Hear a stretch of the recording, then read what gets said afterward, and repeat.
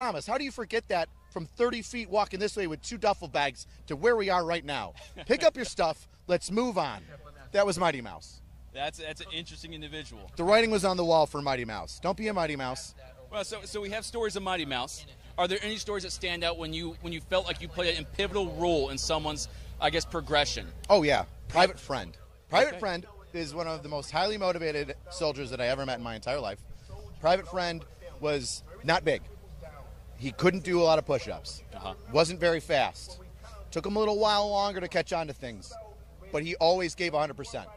If he was struggling through something, it was because he maxed himself out and couldn't go any further, but was still trying to go. And Private Friend got down on himself. Now, drill sergeants, although we are mean and cruel and angry, we also have to build up people. It's not just about breaking people down. We've got to build them up into soldiers, the future fighting force of the United States of America. So I build them up. I say, hey, Private Friend, I would take 100 of you over one guy who can do push-ups really, really well. And I said, Private Friend, if I ever ask, where is my friend? You will raise your hand, and you will say, I'm your friend, drill sergeant. So I was like, absolutely. You will do that. He's like, yes, drill sergeant. I go away. I tell him to go away. He goes away. Next day, everybody's kind of moping around because they messed up. Got to do some corrective action. And I'm noticing it. And I'm like, where's my friend? Where's my friend? And Private Friend raises his hand. I'm your friend, drill sergeant. I'm like, where is he? Where are you, Private Friend? I'm your friend, drill sergeant. I'm like, yes. Oh. Yes, Private Friend, yes, you. You are my friend. And that became a sense of motivation. I like that. Everybody rallied around Private Friend because they knew Drill Sergeant High was upset and not motivated. Private Friend would motivate me. So his fantastic level and high level of motivation, I was able to use that, even though he wasn't as physically fit as everybody else, to motivate the entire platoon that I ran. And he was a stellar soldier. I love that for you. Now, advocating for the trail, what does it mean to you to encourage those NCOs to fill the shoes that you will one day leave behind as a drill sergeant? Ooh, I don't even, goosebumps. I don't even know if I'm ever going to put down the hat. I'll die wearing the hat. I'll be 70 years old running 30-minute 2 miles as a drill sergeant if I can. But it is one of the most rewarding things you can do. If you don't like the way that the young troops are coming out, you can change that. I have a direct effect on what comes out of the training pipeline to you. And it is so rewarding and humbling and motivating when you can take a group of fumbly dopes that we all were when we didn't know how to shave, when we didn't know how to march, when we didn't know how to sound off or be motivated, even if it was fake motivation. Hey, false motivation, still motivation. Still motivation, baby. And you turn them into a troop. Yes. Somebody that not only can pass basic training, but has potential to do more. It's extremely rewarding, and I absolutely love it. Plus, it's one of the most entertaining jobs you can have. I believe it. Everybody has drill sergeant stories. You can be that story for another troop. Yeah.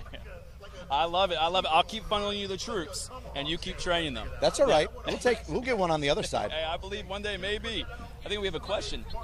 Let's do it. Question from the field. I believe that the cutoff date for the reserves and guard is around 42. You can get in with a waiver, maybe up to 45, but I know like 40, 42 is the cutoff. Yeah. But you can get in with a waiver for the reserves or the guard, especially if you're in like a specific field like medical or legal. Yeah. We're never too old. You're never too old to join. When I went through basic training, I went through in 2005, and we had a 40-something-year-old mother, and she was motivated by her son who served and deployed overseas to join, and she was a legal aid. So she came on, she did basic training with us, graduated, set the standard, very motivating, and she served in I believe it was the reserve component while her son was active. So no, there's no such thing as too old, unless you're 45. Then it is. All right, then yeah.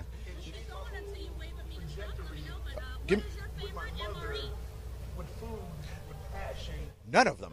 None of them. Come on. No, the maple sausage. Penne pasta. I'll go with penne pasta. Okay. Penne pasta is a solid go-to. You know what I mean? Am I wrong? No, you're looking at me like I'm crazy. It's decent. Should I say veggie omelet? Did you ever meet one of those freaks that likes veggie omelet? They're not real. They're mutants. Well, it's the skills you get with them that are the sell. Do the Skittles come with? Nothing good comes with the veggie I'm omelet. just saying. You can't sell me on a veggie omelet with Skittles. But penne pasta, that's your go-to? Spicy penne pasta was good. It's been a while since I've had an MRE. Okay. Usually I just starve myself. Well, there you go. That's one route to take. Yeah. Now, there's the new pizza one. Have you tried that? You're kidding me. I've never tried it. What is going on here? Like a Lunchables? No, this is an actual MRE. I believe, correct me if I'm wrong, I think there's a pizza Is it like MRE. Really? It's Wow. good? A square pizza. So is it like the piece of bread that they give you, like in my the normal God. MREs, you know what I mean? Is And there they just sauce say, on put top? some pasta on it? This is some poverty wow. pasta going on Yeah, here. that's Poverty pizza, I mean. Military grade. This is I'll good. eat it. Good, You know what? good. You're hungry. You'll do anything. Yeah. Yes, at times. Hoagie bait. Well. Hoagie bait. Always shove jerky in your pocket. Oh, yes. Always bring jerky. That's Always protein bring right there jerky. on the go. Yeah.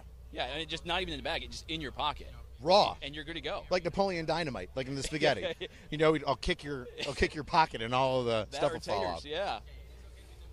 Yeah. No, it's all right. I'm very scary. I understand. Honestly, when it's you the pushed hat. me, I got You're scared. outside. You're not wearing a cover. I understand why you're very sweaty and scared of me. That's the sweat, not There's the a heat standard. or 90-degree humidity, I promise. But hold on. We are here celebrating, again, the Army's 250th birthday. Big deal. Now, what does it mean to you to have contributed for 21 years, at least 13 of those, contributed to the formations that were built since then? That's huge. You know, although what you're saying is absolutely correct, I focus on the minutia of what I can control. Okay, So that's good. when I see a large parade like this, does it motivate me to know that one or two of those troops could have been mine down the training pipeline? Yes, it does. But what motivates me the most is when I see that graduating class, and they're going to go get spread around to every unit, whether it be, they're going to be some honor guards somewhere, or they're going to the 25th, or to every unit, whether it be, they're going to be some honor guards somewhere, or they're going to the 25th, or the 101, or it's a National Guard unit or a reserve unit that they're going to. When I see that graduation mass, that's when I see the impact that I have. Good. Now, are there any stories you have or anecdotes, any stories or anecdotes from graduation days? Now that the trainee has become that soldier, and you see them embrace their family or their loved ones, and you know how much it means to them, are there any kind of engagements you had that kind of stand out? No, I stay away from them on graduation day. Yeah? No, Get too teary-eyed? You're a trainee. Yeah. I'm glad that you made it through. Oh, man. I am not going to be your friend. Yeah. No, I'm here to train you. I'm not here to be like, you know what? Your son didn't do too great when he started, but I'm proud of him now. No. There's no removal of the mask. No. You did what you're supposed to do. Good. And then I walk away. And then they get to do their own thing. I love that. I stay in my lane. Yeah. I stay in my lane. Would you want your drill sergeant hugging you at the end? Ew. Yeah. Ew. Well, I'm better off a recruiter, I guess. No, but I appreciate your time. Do you hug your trainees when you assign them in at MEPS? You're like, no. good job. No, but I can't wait till they come back after experiencing a drill sergeant and be like, I told you, you'll get it through it, I promise. The high five and like the family moment is for the recruiter. You got him in, he's done. Like, Yes. I'm like, my training's done, God bless, drive safe. No, hey, that's fair. That is fair. And send it back home to hometown recruiting, and we'll take it Oh, from yeah. there. Yeah, that's important. But again, if there's any outgoing call that you'd like to give to the audience members, again, our audience is veterans currently serving or those aspiring to serve that may need that push to get themselves down to the recruiting station. Is there any message you'd like to give to them? You're never going to regret it. Active component, guard if you don't want to go active. That's your active, or excuse me, reserve or guard if you don't feel like you want to go active. You can always change that. Yes, you can always change that from guard to reserve and go active. You're never going to regret it. I always tell people my goal when I was in 5th or 6th grade was I wanted to go to college. How was I going to pay for college? The Army, GI Bill. No matter what you do, basic training is going to take the negatives that you have, erase them, and they're going to take the positives that you have and embolden them. Yes. You're going to come out of training, even if you only do a 4-year contract in the reserves, a better person. You're going to be durable. You're going to be more understanding of what it's like to push yourself through struggles. You're going to be motivated. You're going to look at people that are around you, and I do get this from trainees every once in a while when they graduate and I see them. You're going to look around the civilian population and go, oh my gosh, I'm like 10 miles an hour faster than everybody right now. Yes. Mentally, even physically, because some people don't run. And we'll help you with that, United States Army. Yes, we will. This is true. This is true. Hey, thank you so much for your time. What you do for our formations, even though, again, I get it, it's more of those graduation things, but when I see those individuals out there coming to our formations trained and ready to do what we need of them, is from people like you who take that time, make this task as a passion, and I appreciate that from you. So thank you so much. I'm glad that you bring in the troops to me so that I can train them up. Yeah, I'll give them a hug on the way back. Yeah. There you go. All right. Hey, thank you guys so much. If you have any tips on the technique for the perfect knife hand. Oh, boy. So my knife hand's broken, so it has a little bit of pizzazz. What you want to do is you want to make sure that your fingers and thumb stay erect, like in the hand salute, right? Yes. Straight and aligned, right, like the hand salute. And you don't want to bend your wrist too much, right? What you want to do is you want to keep it straight, but you just kind of extend, right? It's here, it's ready, it's loaded, and then there's a trip switch. Did he hit the trip switch? No, not yet. Bam! It's there. It's right there. Yeah. The other thing that I really enjoy, here, get a little bit closer to me. Oh, boy. Is the claw. The claw is this. The claw is when I've noticed that you don't know how to pay attention. So I'll just wave this in front of you so then you can see the flashing lights, and then I'll tell you in your ear the mistake that you've made. And hopefully, with the visual and the audio, we can make that correction happen for you. Hey, I love every moment of that. Flashbacks did come about. It's been 13 years since something like that has occurred.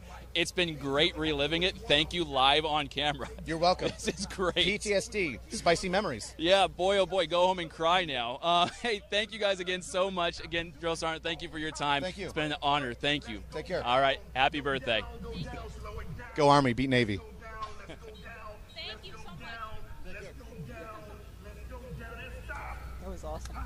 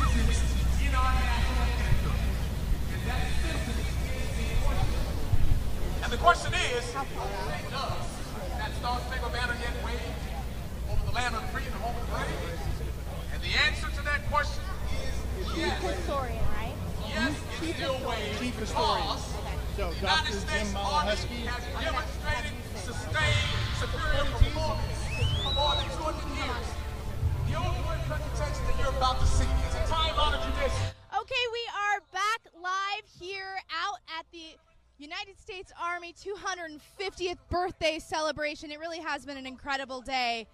Just so much legacy represented out here on the National Mall. When you walk around, it really is fascinating to see the different eras represented. You have aircraft from Vietnam. You have veterans of different wars that are talking to and commemorating with soldiers of today. It really is a cool thing to witness. And when else do you get to do this? Only every 250 years, right? But the main event is tonight at 6:30. That is going to be our 250th Army Birthday Parade through Washington, D.C.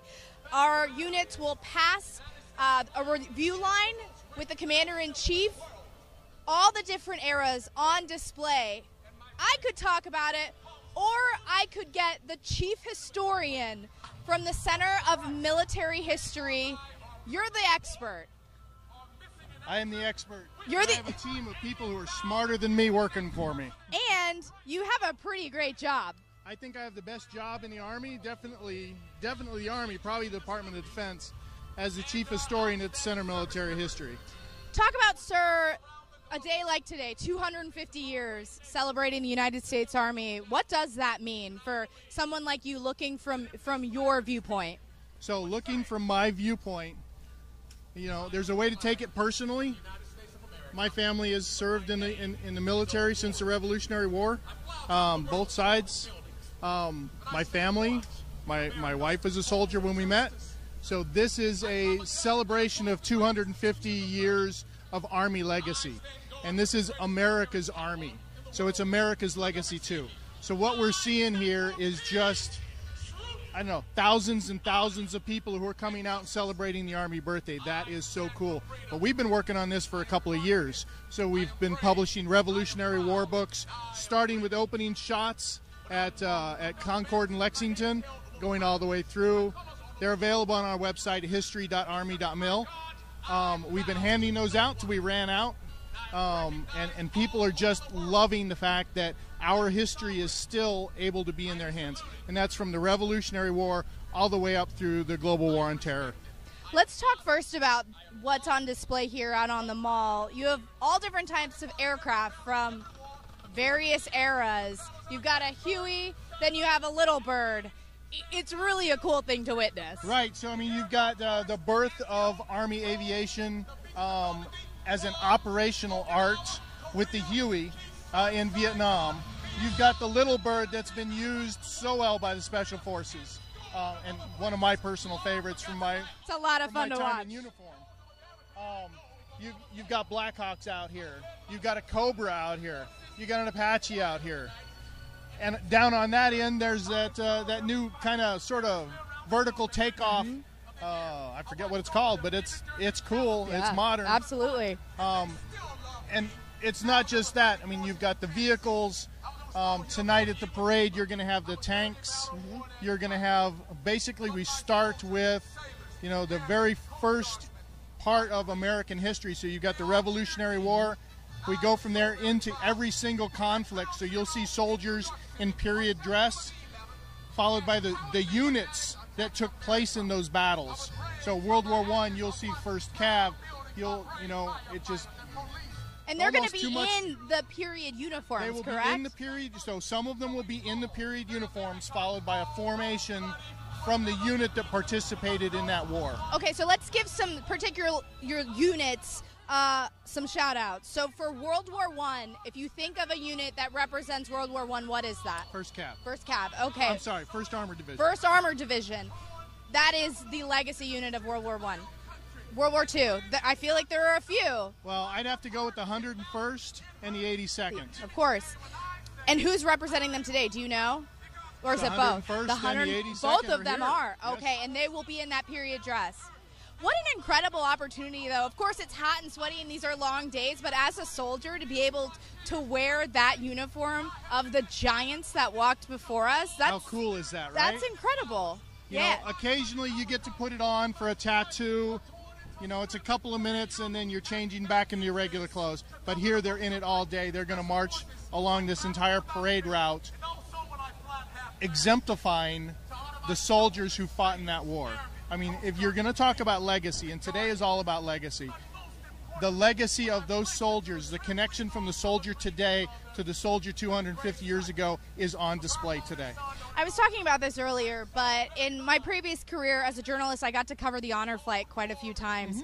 And after I joined, having a moment, it was actually at the Vietnam Memorial a couple of years ago, having a moment where I was in uniform and I'm standing next to these Vietnam vets and thinking, I get to wear the same uniform as you. That's a heavy thing to come to grips with, that how do I deserve to wear the same uniform that these giants did before? And that's going to be on display today because there are so many that came before us. There is. And you know, I've heard it referred to as we're standing on the shoulders of giants. I like to think of it more as we are standing uplifted by giants. We have an incredible history, an incredible heritage. In the Center of Military History, we run the museums. So from the National Museum in the Army all the way through to some of the smaller museums like the Army Women's Museum at Fort Lee, we try to tell the story of the soldiers doing the job, protecting national security, fighting the fight. And I hope we do a very good job at that. But that's that same feeling you get standing next to those veterans is what we try to do in the museums. Let's talk more about the parade. So we've gotten through World War I, World War II. Who's representing Korea? I do not remember. Okay, we'll get back to you on that. Got it in my book. We got it in the book. We'll get to you in a minute. And then what about Vietnam? Vietnam, I think, is the 25th Infantry Division at Schofield Barracks. Okay. So shout out to the Wolfhounds. And then we're going to move up through there.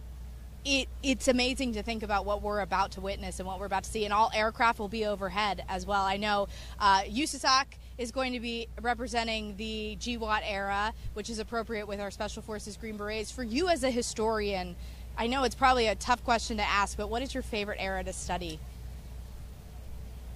Well, I'm a contemporary historian. So I've been on the ground as a civilian historian in Afghanistan and Iraq, capturing the story of our service members who are over there doing the job, and writing about them. So I've got to say that my favorite part of history is what we're doing today. Sometimes you don't have a whole lot of perspective on today until we get farther down. You know, we're too close to the bang, if you will.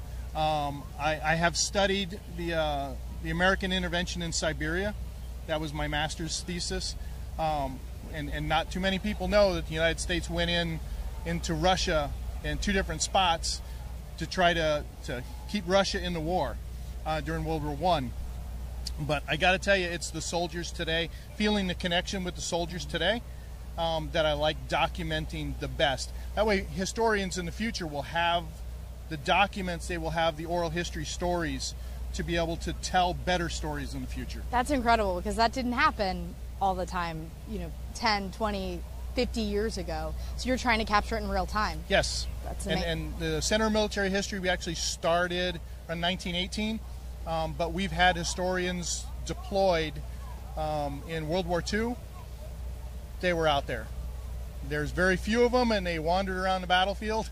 Now we send military history detachments. We've got some operating on the southern border, getting the history of what's going on there now. I've got an entire division within CMH who focuses on nothing but warfighter history. Is this a historic day? This is a historic day. I've got 2 military history detachments interviewing the soldiers who are here for the parade as part of their military history detachment course. So they've been doing that for a couple of days now. They'll do it for a couple more days till these folks redeploy home. One last question, sir. Why is capturing our history and reading our history, knowing our history as a formation, as a force, as a United States Army, why is that important? If you don't know where you were, you don't know where you're going. That's one. So what is history? History is the past remembered. What we do is organize the memory. So the past is remembered and can influence the future positively. So we can tell those stories so the legacy continues. But even more than that, one of those things that contemporary historians do is we are in the room when things happen. We can go back to recent history and say, something like this happened 10, 15, 20, 50 years ago. Here's what the people thought at the time. Here's the decisions that were made. We get that to the decision makers, and they make better decisions. We save lives, we increase lethality, we increase effectiveness because the decisions are better because a historian was in the room. History can change the future. History can change the future. If you own the past, you own the present. Is that the way everything goes? Sounds about right. Yeah. Sir, one more time, plug your website where people can find out more information. So, the Center of Military History is history.army.mil. Thank you so much. Pleasure. And you heard that this is a historic day, a historic evening. At 6:30 is when the parade is scheduled to start. Rain or shine, so far the weather has held off, but this is a pivotal moment. You're going to see soldiers marching in period dress from all of those important eras that are a part of our lineage, a part of our legacy here as United States Army soldiers. I know I am proud to wear this uniform today and every day, but today especially. So we're going to leave you for a second, and we'll come back to wrap it up soon.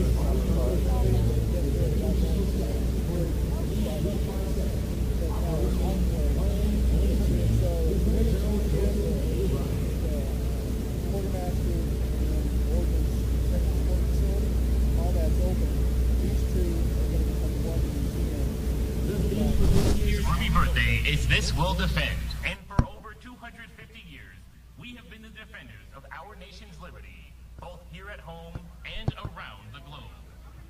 Generations of courageous women and men, truly great Americans, have stepped forward in times of peace and war to answer the call to duty. Together with our allies and partners, and with the unwavering support of you, the American people, we will continue to be the nation's first line of defense for another 250 years. On behalf of the 100,000 women and men, military and civilian, who make up our service, welcome to Washington, D.C. in the 250th celebration of the United States Army.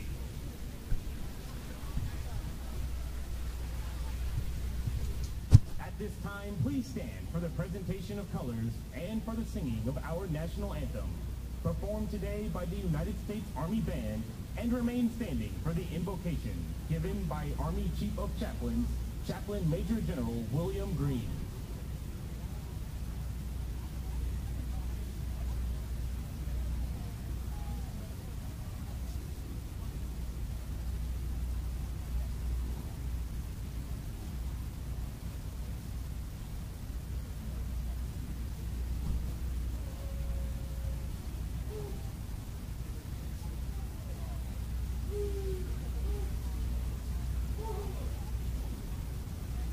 Oh, say, can you see by the dawn's early light what so proudly we hailed at the twilight's last gleaming, whose broad stripes and bright stars through the perilous fight o'er the ramparts we watched were so gallantly streaming, and the rocket's red glare, the bombs bursting in air, gave proof to the night that our flag was still there.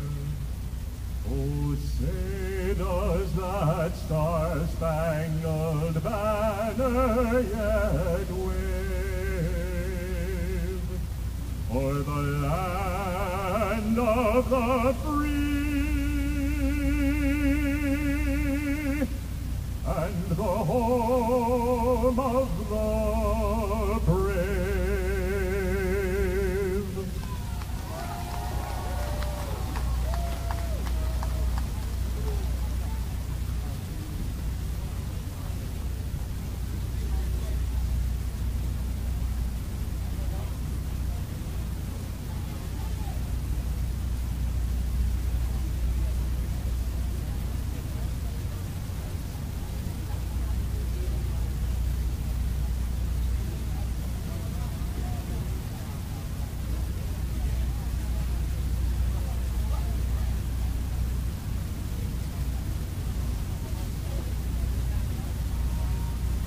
Gentlemen, please bow with me as I ask God's blessings upon this 250th birthday celebration. Let us pray. Almighty God, as we gather to celebrate the 250th birthday of the United States Army, we pause to remember where we've been and who we are. And we express our heartfelt gratitude to you for the brave men and women who have served and are serving the United States Army as a force of freedom and a light of liberty at home and abroad. Heavenly Father, we remember their valor in the American Revolution and campaigns where your guiding hand established the foundation of our freedom. Continue to strengthen our soldiers' body, mind, and spirit as they train to fight and win our nation's wars. And Heavenly Father, bless our Army's leaders, our families, and the American people. Bring comfort to those who mourn as we remember our promise never to forget the cost of freedom. And Holy God, lead us both now and forevermore, and let the light of liberty continue to shine bright on the United States of America and our Army, and we to fight and win our nation's wars. Also, this we'll defend. In your holy name we pray. Amen. Please be seated. Ladies and gentlemen, please welcome Platinum Plus sponsor, Wounded Warrior Project Vice President for Government and Community Relations, Jose Ramos.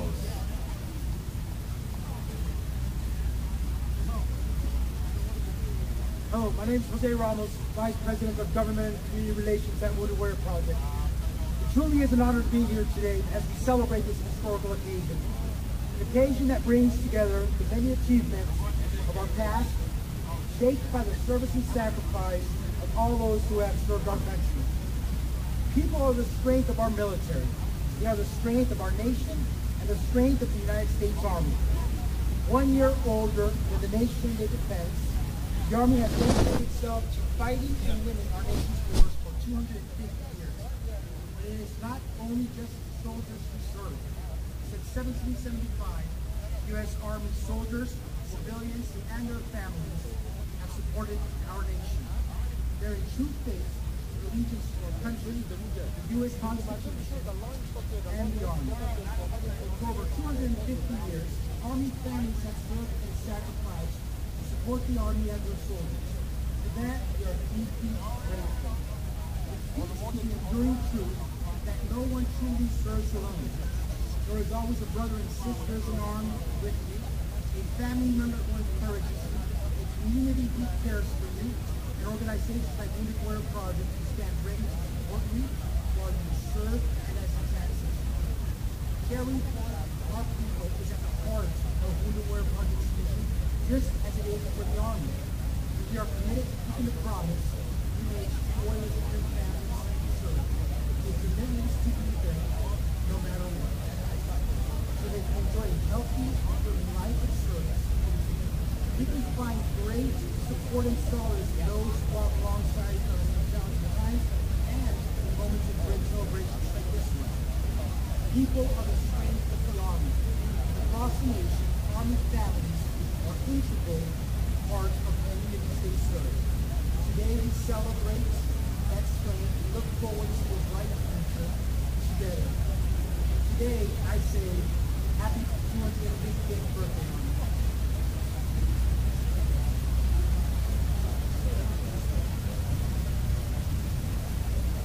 Now a word from Gary Sinise, founder of the Gary Sinise Foundation, today's entertainment sponsor. Hello, U.S. Army, Gary Sinise here. Happy 250th birthday. To the U.S. Army, 250 years, amazing. To everybody who's served in the Army, who's there, who has served in the Army, currently serving in the Army, welcome. We are happy to be sponsoring the entertainment of Scotty Hastings and Noah Hicks today. The Gary Sinise Foundation has thousands and thousands of donors who all care about our military, they care about our service members, they care about our U.S. Army, and they wanted to be a part of this great event in celebration of 250 years of the U.S. Army. I am a grateful American for all you do to defend freedom, to protect our country, and God bless you. Have a wonderful day. Enjoy the entertainment. God bless you and God bless America. Thank you very much.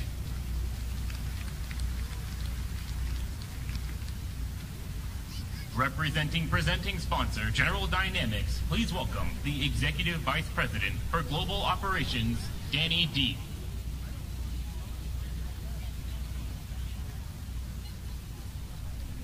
Thank you. So the United States Army has served the nation with distinction for 2.5 centuries, fundamental to the birth of our great republic. Values like service, courage, and duty are reflected in this iconic institution because they are personified in the brave men and women who serve our Army and our nation so dutifully. Events such as today celebrate many incredible milestones the Army's achieved, heroic stories, great sacrifices, great stories of victory. But what makes this celebration also special is where the Army is going. Army leadership is truly driving a transformational change, maybe the most consequential in generations. And if you listen, really listen to where they're going, those of us who are partnered with the Army are inspired. And it should absolutely be clear to those who are not on our side that they should be afraid. The Army's determination to accelerate and embrace technology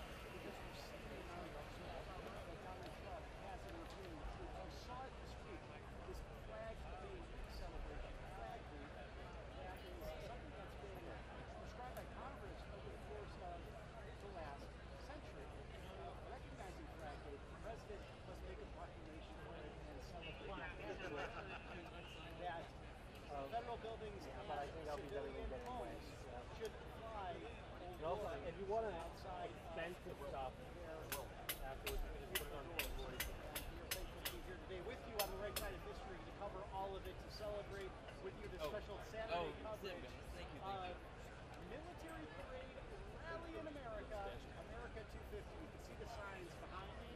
You can see some of the VIPs coming in on these big, beautiful grandstands. In roughly 30 minutes from now, you're going to hear the blare of music. It's going to be loud in here. It's going to be just like a rally. And as we're coming in off the mall, right near the Washington Monument today, we did hear some of that music being tested out. We had the privilege also of hearing the mic test, mic check for one of our dear friends who's been interviewed on the show, Lee Greenwood, the country legend superstar. Hey Rob, they want us to read to speech at 5:30. Now 5:35. My text wasn't like, can you tell? Yeah. Thank you. 5:35. We've got a little time. Actually ticketed seats, and then outside of that, speakers enjoying their time getting through security on the mall. Just catching clips. Their president and the military palace again. You guys doing here? I'm proud to be an American. I know you are too. We're proud to be on a network that not only covers those big, bold, beautiful rallies, but if you're just tuning in, over the course of the last several months this year, a go-to for you to get you access to your government, whether it's congressional hearings, to the big investment speeches coming from President Trump and Vice President Vance.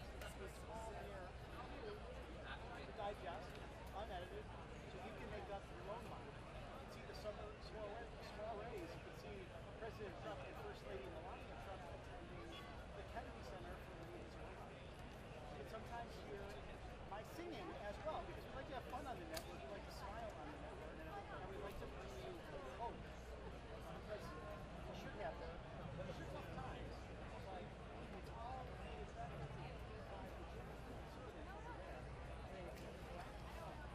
We'll see today, enjoying this big beautiful parade. In the meantime, our main sponsors here at the network, we are making all of this great coverage, this unbridled access, as they say on a daily basis, to you, the American Tax Network, USA Tax Day may have passed, but that is when the real trouble begins if you ignored that deadline. This 15th deadline, or still owe back taxes. The IRS is wrapping up enforcement in ways that makes things worse for filers. 5,000 taxes filed daily, and the tools like property seizures, bank levies, and wage garnishments, the IRS is applying pressure at levels never seen before. Increased administrative bureaucracy might mean elections are moving fast on your doorstep. Good news though, there's still time for Tax Network USA to help. Self-employed or a business owner, no worries at all. The books might be a mess. Just give my friends a call over at Tax Network USA. TNUSA.com again, because they can help you know these books to know how to handle financial chaos and get you back on track fast. Even after the deadline, it's not too late to regain control. Your computation is completely free, and acting now could stop penalties and threatening lenders and surprise others before they escalate in our use. So call today, don't delay, 800-958-1000, 800-958-1000, or visit tnusa.com/RSPN. Just get a full deadline, as I mentioned earlier, don't No, this is these are one stamp game. Oh, okay. Yeah, yeah. And then these actually are necessary. I don't want to lie down. You can get all that settled. Go over to PatriotAddictDeals.com. Our sponsors at Patriot Addict are finally able to produce more of those Trump Force One planes. I got one myself, and let me tell you, when I purchased mine, pretty loud. Yes, they are a once-in-a-lifetime replica. They are able to bring back about 100 planes in this run. Just if it's super loud, Very, very fast.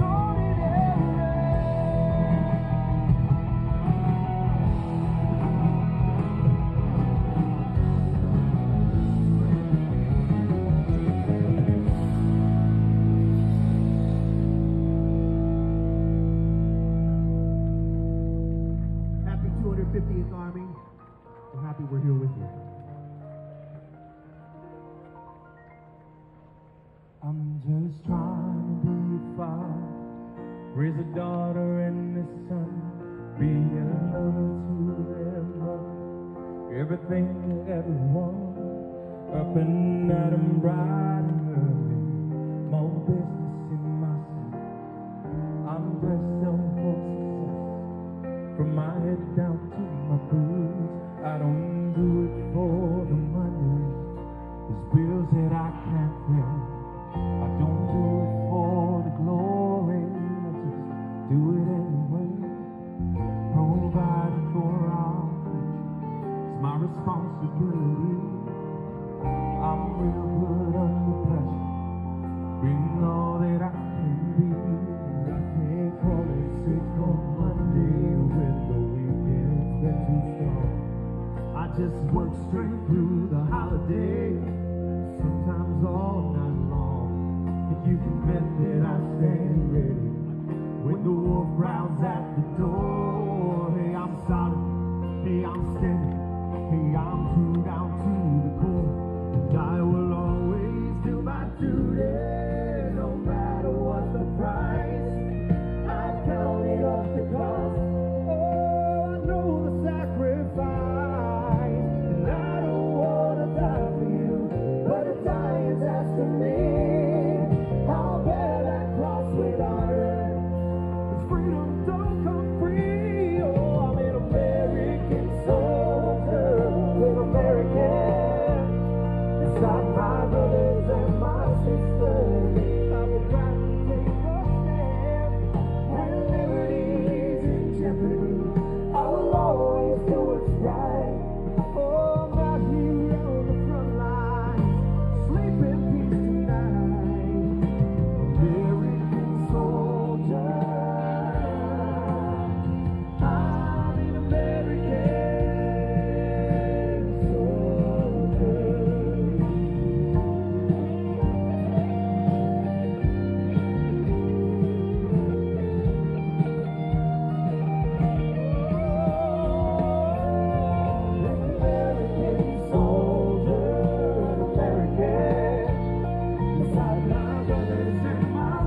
I will proudly take a stand.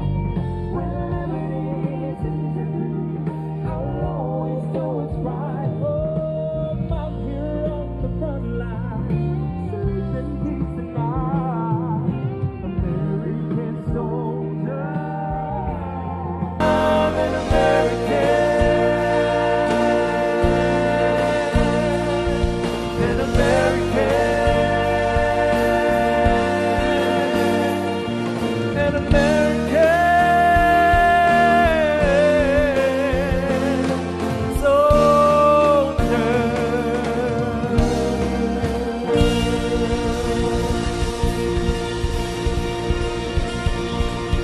Thank you and good night. I hope you guys enjoy the rest of your night. Happy 250.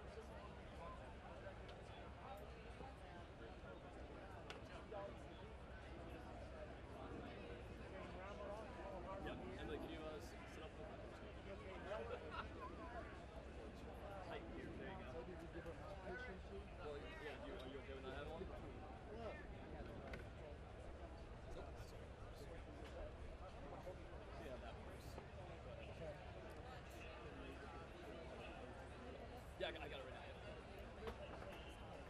Oh, sorry. Oh, no, I'm a stay guy. That's too much. I'm going through the rain. I'm going through it.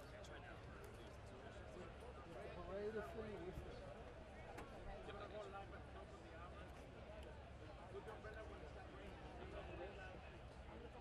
We had 6 also, you know. We had 6. Do you have it? Do you have it on your app? Yeah, that's fine. How 5 minutes? Us 2.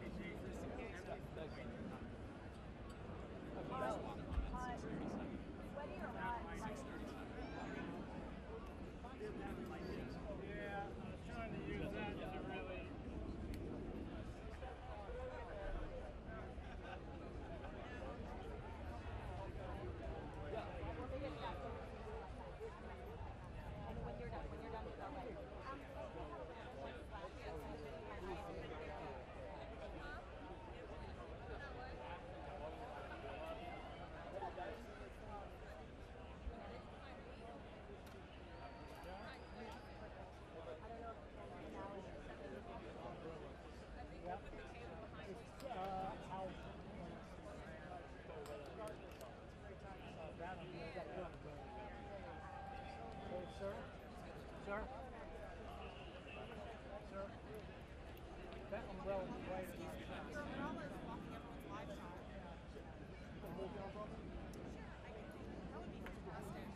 Yeah. It's right in the shop. Yeah. Good evening, America. Welcome to our specialized coverage of the U.S. Right here in Washington, D.C. on the show.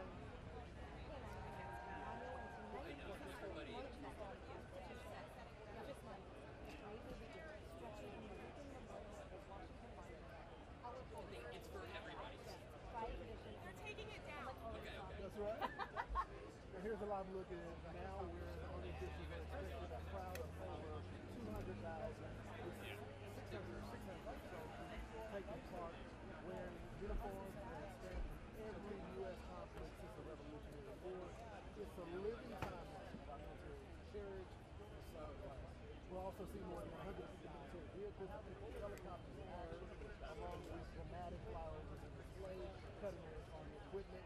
A moment of real meaning, children get to say, will be enlisted or re-enlisted by President Trump himself. The president will be joined by veterans of warriors, duty troops, the Gold Star family, and the delivery march later this week. No, that's all. Hey, Jen. Jen Cohen. Yeah, can you guys just show the thumbs after you guys like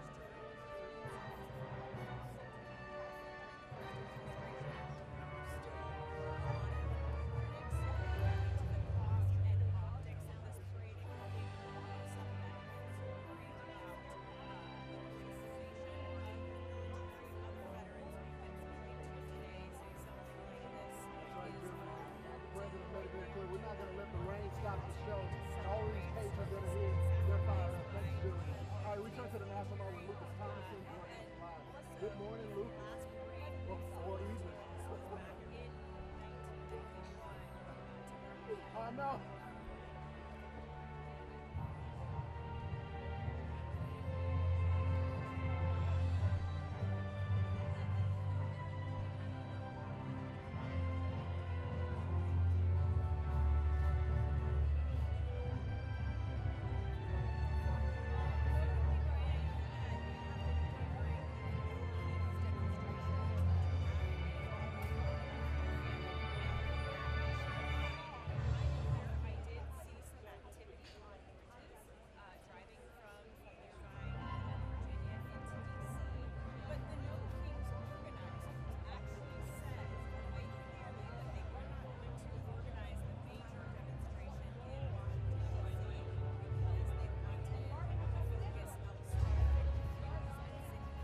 Forged in the fires of revolution, tested on today's front lines of freedom.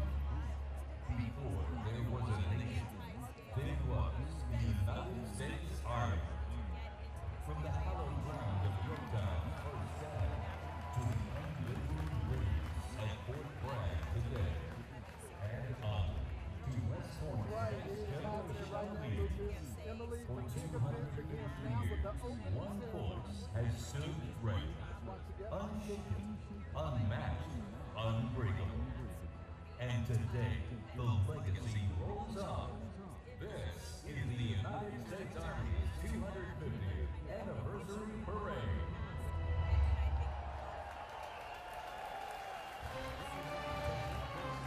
Please welcome the Chairman of the Joint Chiefs of Staff, General Dan Payne.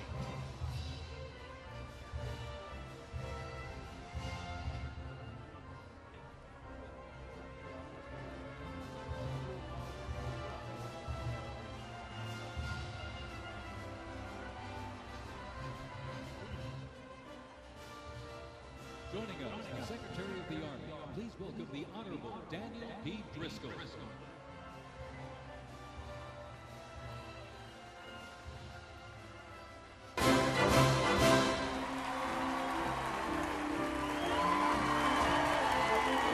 Ladies and gentlemen, please welcome the Secretary of Defense, the Honorable Pete Hegseth.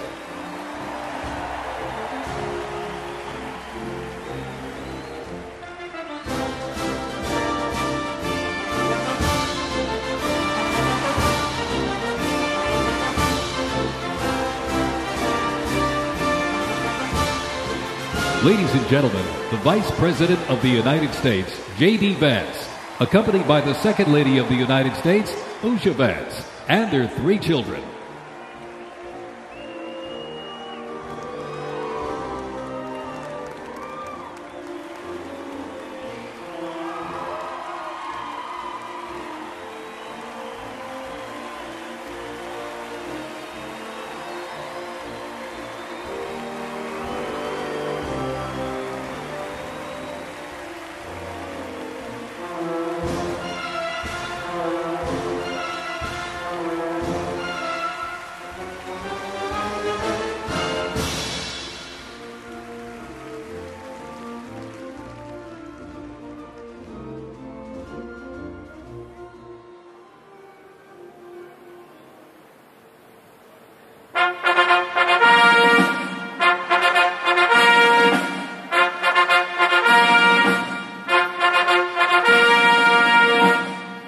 Ladies and gentlemen, please welcome the President of the United States, Donald J. Trump, and First Lady Melania Trump.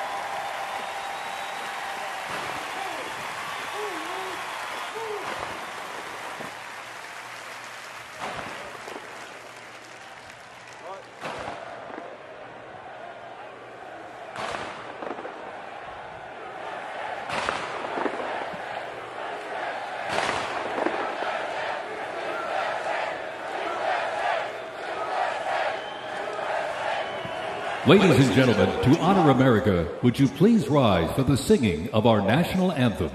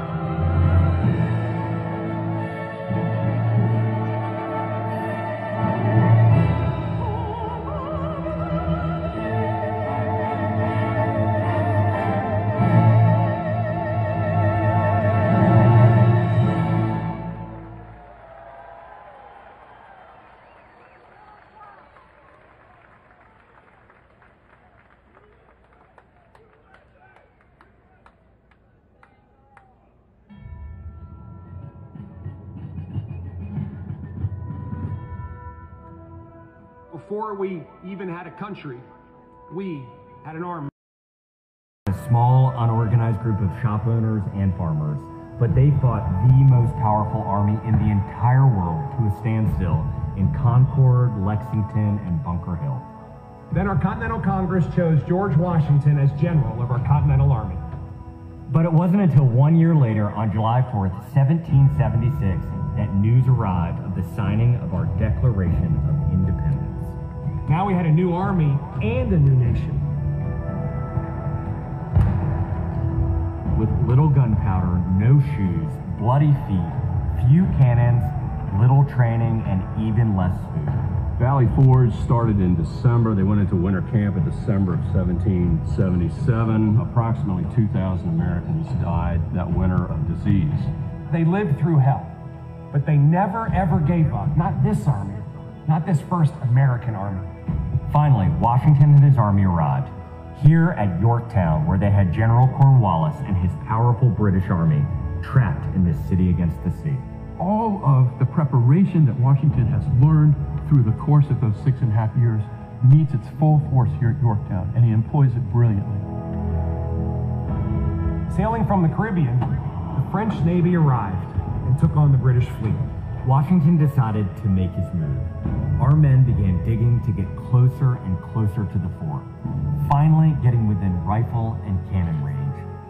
Naturally, George Washington chose to set off our first cannon shot. The British had two small forts in front of the main fort. They were called redoubts 9 and 10. Then, on the moonless night of October 14th, the American and French forces attacked the redoubts. The hand-to-hand combat with bayonets, knives, and fists was bloody, to say the least. But within an hour, we were victorious. And as the sun came up the next day, Cornwallis looked out and realized he was in serious trouble. So he prepared an all-out, desperate counterattack. It didn't work. and the British were forced to surrender. We were supposed to lose to the best army and the largest and most professional navy in the world. But our young army had won the war and our freedom, the freedom we hold so dear.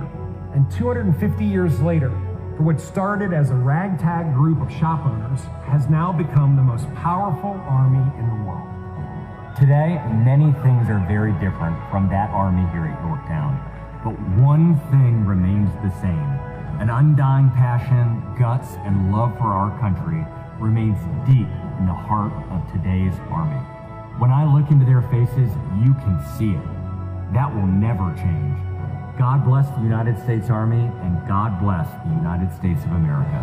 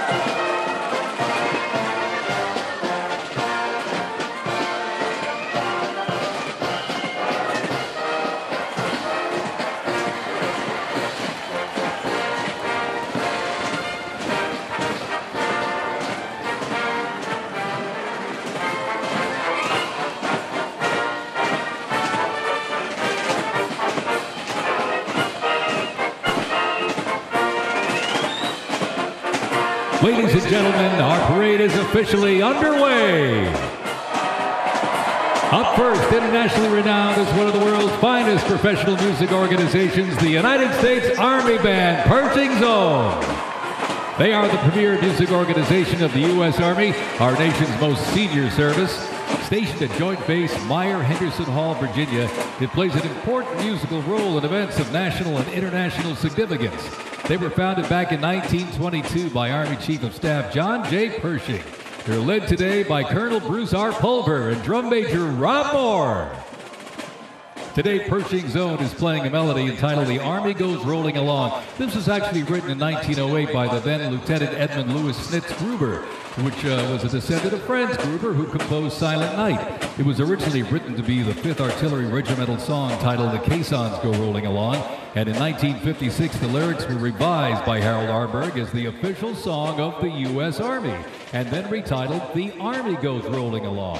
Pershing Zone carries on its century-old legacy, playing a march that brings pride to every soldier, the Army Song.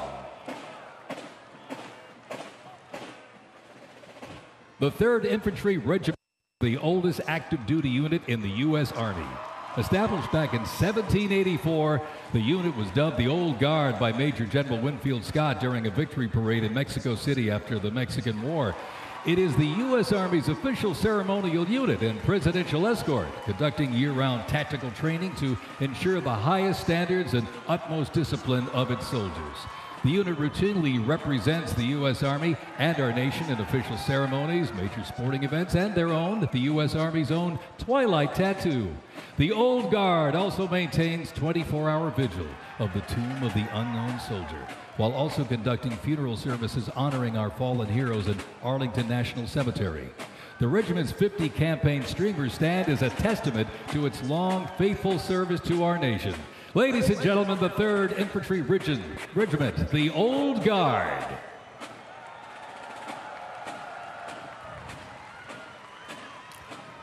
In 1775, the shot heard round the world at Lexington and Concord sparked a revolution, uniting 13 colonies and forging a continental army from farmers and frontiersmen.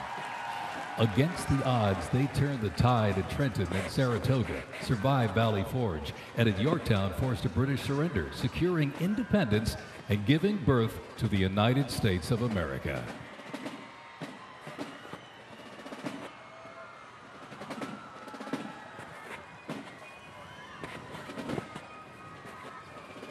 Before radios and field phones, sound was the signal. In the Continental Army, fifes and drums carried commands across the chaos of battle, telling soldiers when to advance, when to retreat, eat, even when to rest. That legacy actually lives on today with the U.S. Army Fife and Drum Corps, part of the 3rd Infantry Regiment known as the Old Guard. Founded back in 1960, they're the only unit of their kind in the armed forces. Performing in uniforms patterned after those worn by General Washington's musicians. Playing period instruments with patriotic precision, they bring history to life, sharing the sound and spirit of the Revolution through more than 500 performances each year, both at home and around the world, too. The Old Guard, Fife and Drum Corps, everybody.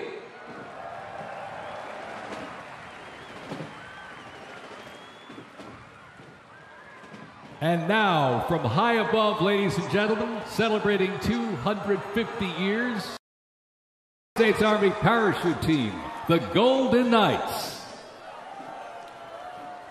Descending at over 120 miles an hour, the Golden Knights are using flexible wing gliders to maintain their formation. They open their main canopy simultaneously and negotiate the softest possible landing. I'll tell you, they can't hear you, but they sure can see you. You can give them a great big wave, ladies and gentlemen. The Golden Knights, the finest parachuting team in the world.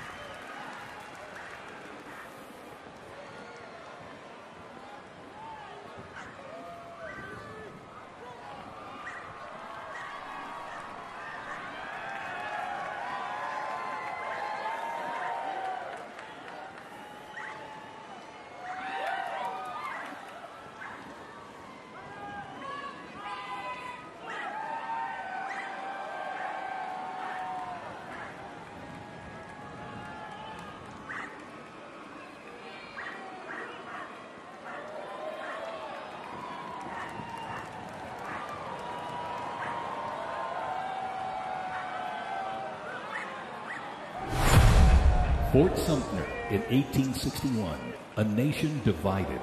Over 4 brutal years, nearly 2 million soldiers fought to preserve the Union. Among them, 5 future presidents and the first recipients of a brand new military decoration, the Medal of Honor.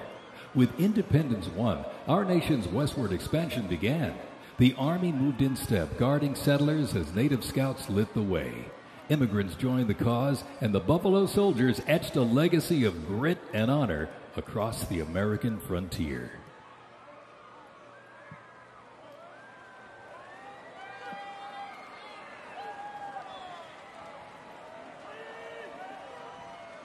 As they march by, a soldier's uniform signals their duty, their role, and their readiness. And by the late 1850s, official regulations outlined distinct looks, shaping the Army's identity and function across the force. Soldiers were issued 2 coats. One, a short sack coat for work and battle, with brass buttons and colored trim that marked their rank. Well, by war's end, that rugged sack coat became the soldier's uniform of choice. As the war escalated, volunteer enlistment surged. Congress authorized support for a force of up to 500,000 new troops, answering the call to preserve the Union. As they march by, representing the Civil War era of our nation's history, is the 4th Infantry Division based out of Fort Carson, Colorado.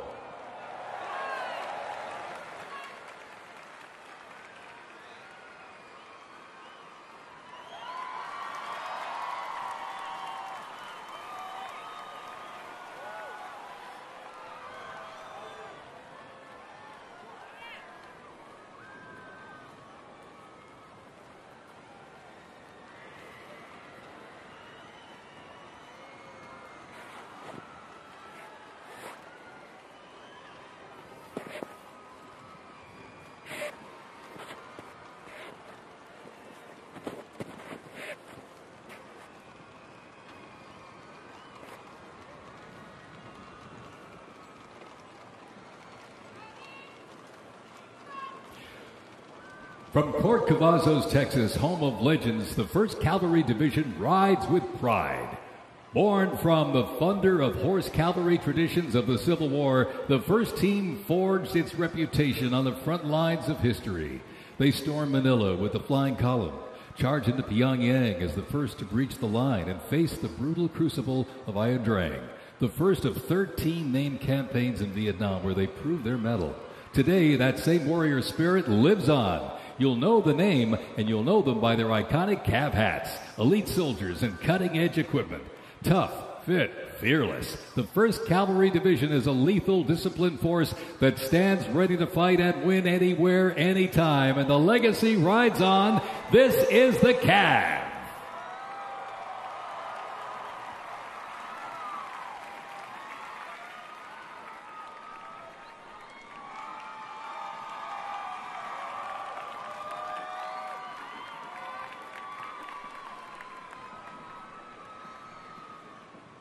Special thanks to our sponsor, Lockheed Martin.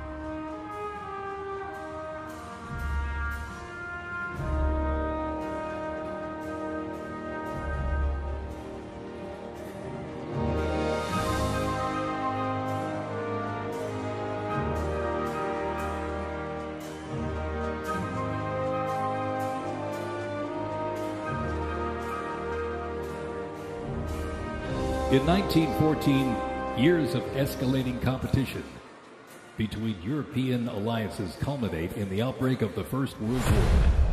The two sides engage in a savage war of attrition, defined by opposing trenches, barbed wire, poison gas, and mass casualties. The United States initially maintained its neutrality, but was eventually drawn into the conflict in 1917. Despite having less than 130,000 soldiers at the beginning, the Army eventually grew to over 4 million, with nearly 2 million soldiers serving in Europe. In 6 months of fighting, nearly 50,000 Americans lost their lives, with another 190,000 wounded. The guns fell silent with the armistice of November 11, 1918.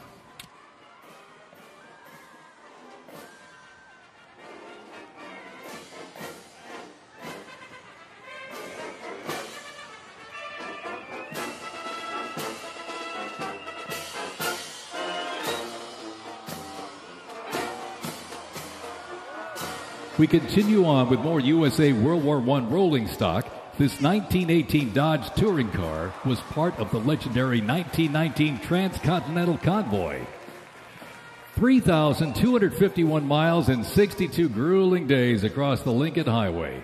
And remember, no pavement, no GPS, and no power steering. Just grit, determination, and the drive to push Army mobility into the future. This car literally helped pave the way for the roads we rely on today. and reminds us when the Army moves, the nation follows. The 1918 Dodge Touring Car.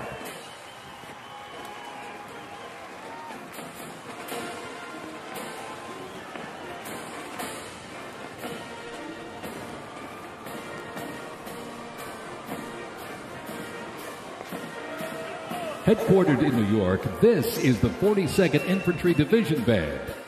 At the start of World War I, the 42nd Infantry Division was formed with troops from 27 National Guard units, stretching across the country like a rainbow. Composed of skilled musicians from all walks of life and professional occupations, they perform a variety of musical genres. Though their mission is primarily a musical one, the members were ordered into active federal service back in 2004 in support of Operation Iraqi Freedom 3. The band has also served in support of numerous state active duty missions, including cleanup efforts following Hurricane Sandy, distribution support during COVID-19, and recently, support for New York State Corrections. Commanded by Chief Warrant Officer 2 Ethan Wagner and led by Drum Major Sergeant First Class Drew Gans, the band is performing Over There, written in 1917 by Broadway composer and recipient of the Congressional Gold Medal George M. Cohan. Representing the World War I era is the 82nd Airborne Division, based out of Fort Bragg, North Carolina. You'll notice the unit is wearing replica World War I uniforms signifying the soldiers who served our nation during this time. When the Americans entered the Great War, our soldiers, under the command of General Blackjack Pershing, hit the trenches in the new standard. It was the olive drab winter service uniform. Now on their heads you'll see a steel helmet with sand-textured paint built to deflect deadly shrapnel from above. Not bulletproof, but battle tough. Nicknamed the Pershing boot, on their feet was the M918 1918 French boot. It was designed to survive the brutal grind of trench warfare. And on their backs, the field pack, rations, ammo, first aid, and a gas mask. Everything a doughboy needed to fight and to win.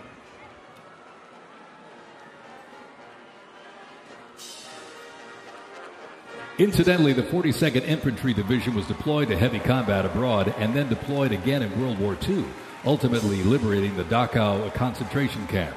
The 42nd responded to the terrorist attacks on 9/11. Later, with the war on terrorism, the rainbow stretched across the world again, deploying in Iraq and Afghanistan.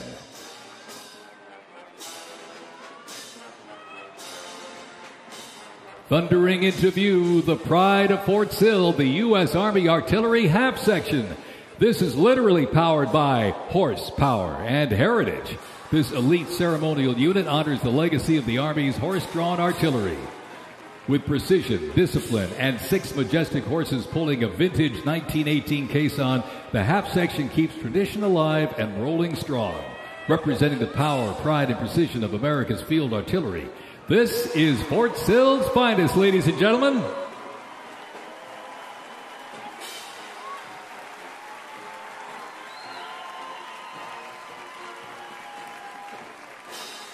Special thanks to our sponsor, Form Energy.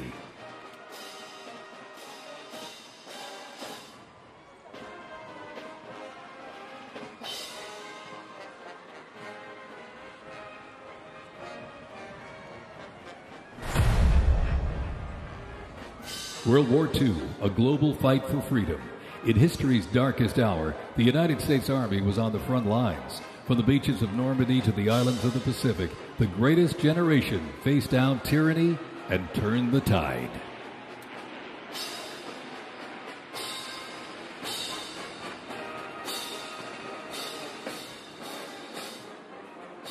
From bombers to fighters to transports, U.S. Army aircraft started to thunder across the skies in World War II. And take a look up there, ladies and gentlemen.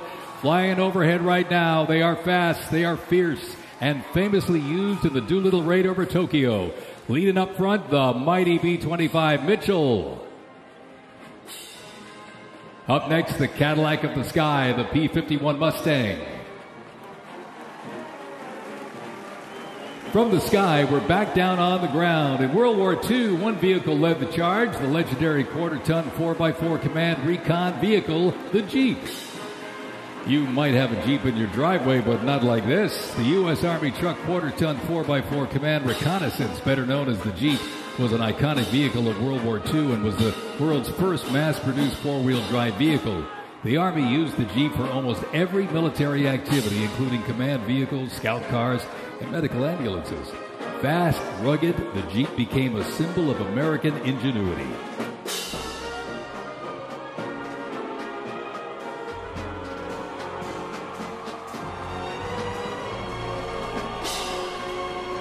From Fort Bragg, North Carolina, this is the 82nd Airborne Ceremonial Band. The 82nd received the nickname All-Americans after a contest as it represented the diverse origins of its members from every state. This name remains today symbolized by their iconic AA patch. Fort Bragg's finest, ladies and gentlemen. Give them a big round of applause, the 82nd Airborne Ceremonial Band.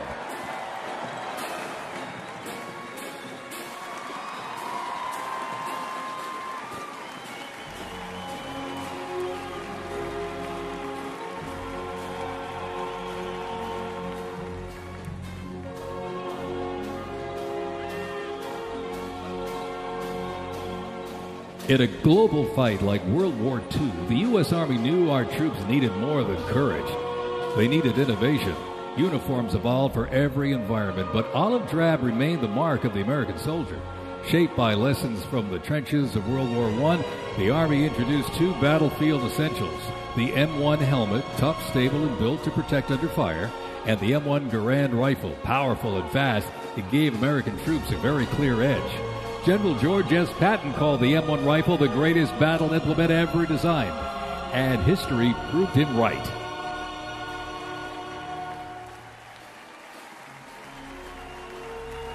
The 82nd Airborne Division. The unit is best known for their bravery on D-Day, when 12,000 parachute and glider troops destroyed German supply lines after fighting for 33 days straight.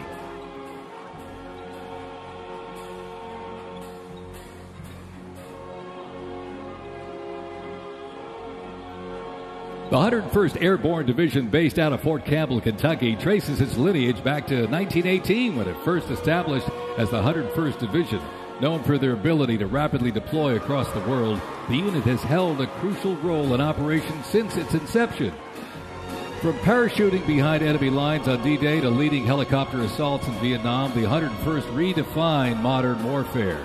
In the 50s, the Screaming Eagles stood tall at home, protecting the Little Rock Nine during the fight for civil rights. In recent decades, they've been sent across the world with stints as far as the Middle East, where they took part in Operation Desert Storm and participated extensively in the war on terrorism in Iraq and Afghanistan. The Screaming Eagles continue to lead the way as tomorrow's division in today's Army.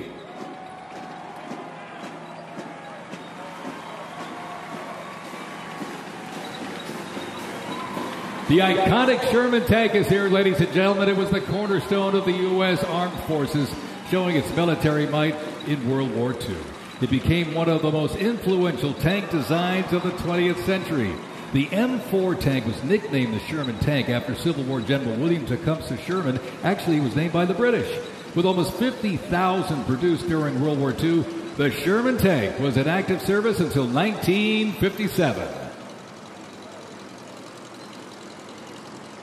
In World War II, the M16 half-track was a force to be reckoned with.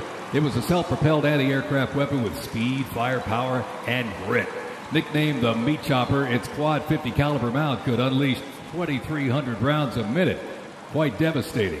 It served through Korea, Vietnam, and beyond, and remains in use in U.S. allies to this day. The M16 half-track brings the fight wherever it rolls.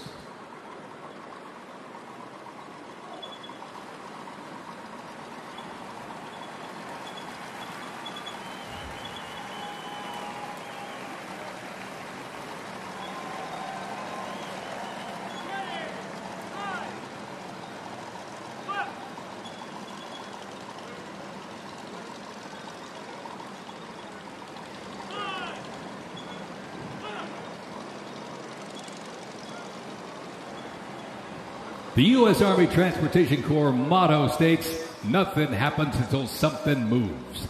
That was never more true than with this. Look at this, the 2.5-ton Chevrolet Deuce and a half.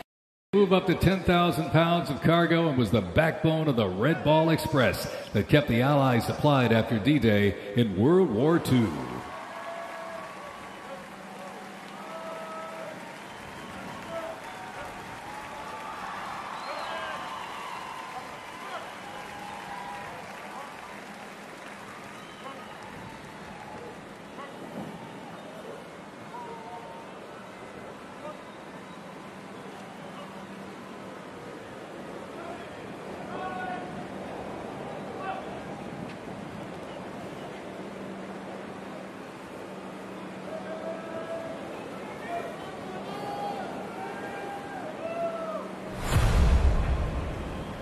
The Korean War, often referred to as the Forgotten War, began on June 25, 1950, with the North Korean Army's invasion of South Korea. A coalition of South Korea, the United States, and other United Nations members defeated the invasion and advanced into North Korea. The coalition fought and defeated 2 Chinese offensives in the spring of 1951. Armistice negotiations began shortly after that defeat in July of 1951 until the armistice was signed 2 years later in 1953. Combat consisted of small attacks, raids, and patrolling. During this war, the United States deployed approximately 6.8 million military forces to the Korean Peninsula.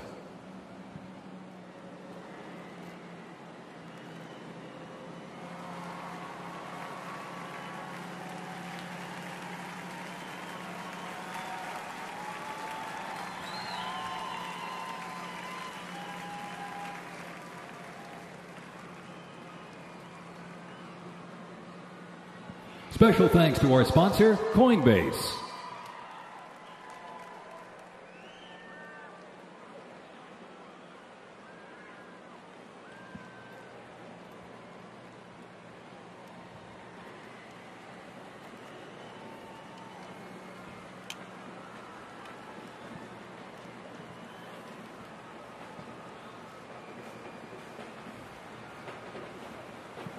The M151 kept rolling along as the lightweight, high-mobility general-purpose vehicle replacing the famed World War II Jeep back in 1961.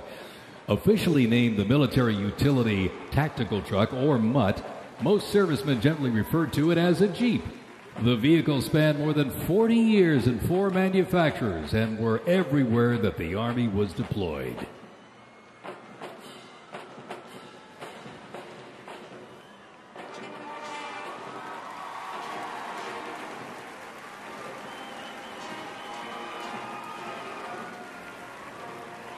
Another rolled by earlier, and at 2.5 tons, this deuce and a half, the M35A2 classic military transport truck, was a mainstay of the U.S. Army for decades, particularly during the Vietnam War and Operation Iraqi Freedom. The deuce and a half proved its value moving cargo, supplies, and soldiers. Its capabilities include up to 5,000 pounds off-road and 10,000 pounds on-road, making it ideal for moving just about anything. In the jungles of Vietnam, the U.S. Army faced a new kind of war. Helicopters became the new workhorses of battle, delivering troops, firepower, and supplies into some of the most unforgiving terrain on Earth. This is the U.S. Army in Vietnam, the era of air mobility, fierce firefights, and unwavering brotherhood.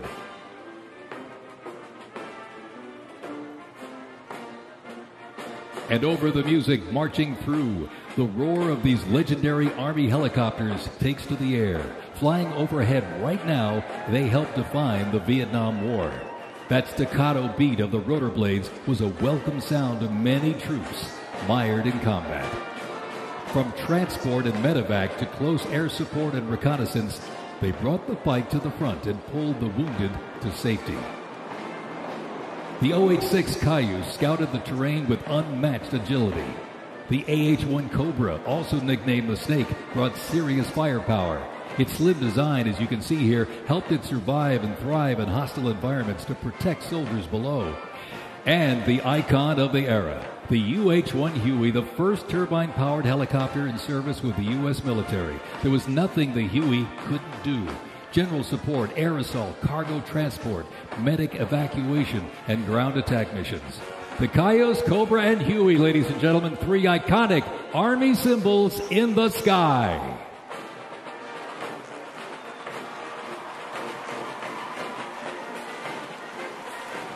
The 1st Cavalry Division Band, based out of Fort Cavazos, Texas, has played a vital role in U.S. military history. Since its origins back in 1855 as the band of the 2nd Cavalry, it has supported operations from the Civil War to Desert Storm. Over time, it's evolved into a powerful force using music to strengthen bonds between soldiers and engage with communities. From World War II in Korea to the Vietnam War in Bosnia, the 1st Teen Band has enhanced morale and upheld the division's enduring legacy. Today, the band continues its mission using music to shape perceptions, foster trust, and promote national Army and division interests. Standing ready to serve, it remains an enduring symbol of the 1st Cavalry Division's legacy and commitment to duty. The band performs Hit the Leather and Ride, a march composed by Captain Robert Meredith Wilson. This piece reflects the cavalry's transition from horses to mechanized warfare, capturing the speed, the resilience, and the tradition of the division. From Fort Cavazos, Texas, everybody, the 1st Cavalry Division Band.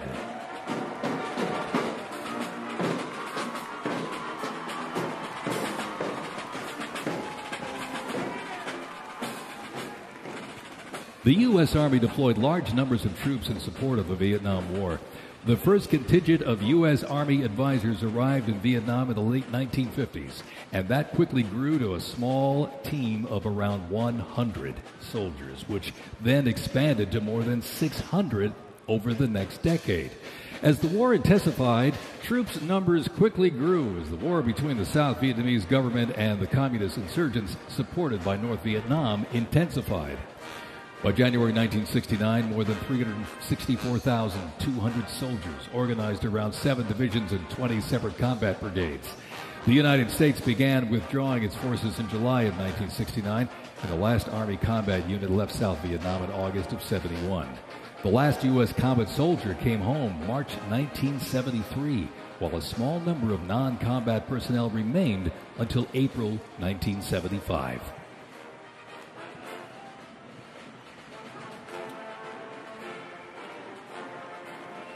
Representing the Vietnam War era is the 101st Airborne Division based out of Fort Campbell, Kentucky. The unit is wearing replica Vietnam War uniforms signifying the soldiers who served our nation during this time. Blistering heat, thick humidity, and unforgiving terrain demanded uniform innovation, and the Army, they delivered.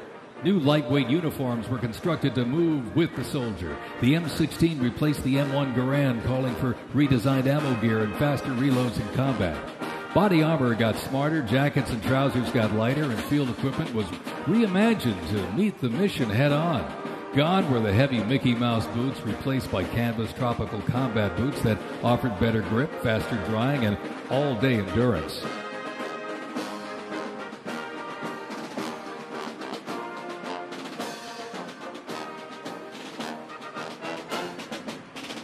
Special thanks to our sponsor, Oracle.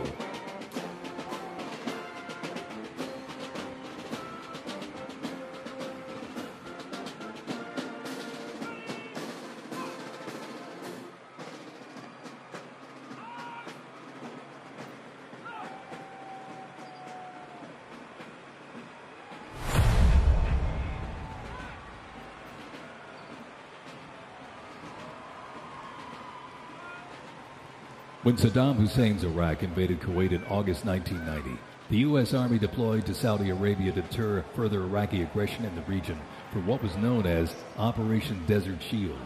By the fall, more than 750,000 troops comprising U.S. service members and coalition partners from more than 30 countries had assembled in the Saudi Arabian desert. In mid-January 1991, the U.S.-led coalition began Operation Desert Storm, which kicked off with an intensive air campaign designed to knock out key Iraqi infrastructure and weaken Iraqi forces. The ground offensive was launched in early 1991, where military forces overwhelmingly destroyed enemy tanks and vehicles. After only 100 hours of ground combat, coalition troops liberated Kuwait, and the Gulf War ended with Iraq's surrender.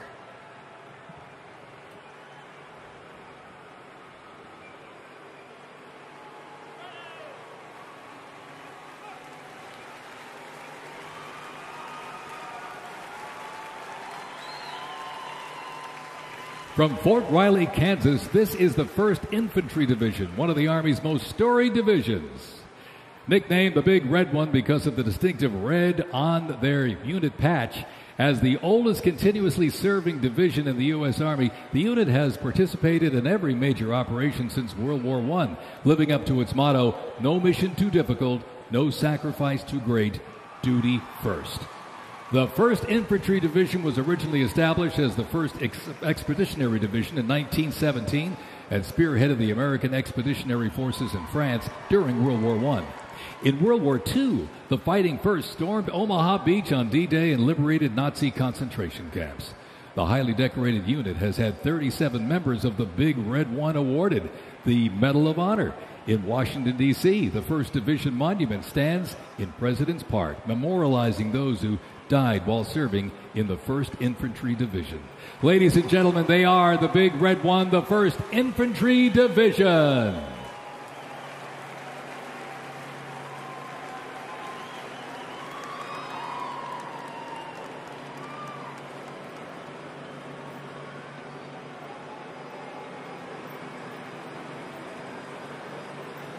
More military rolling stock.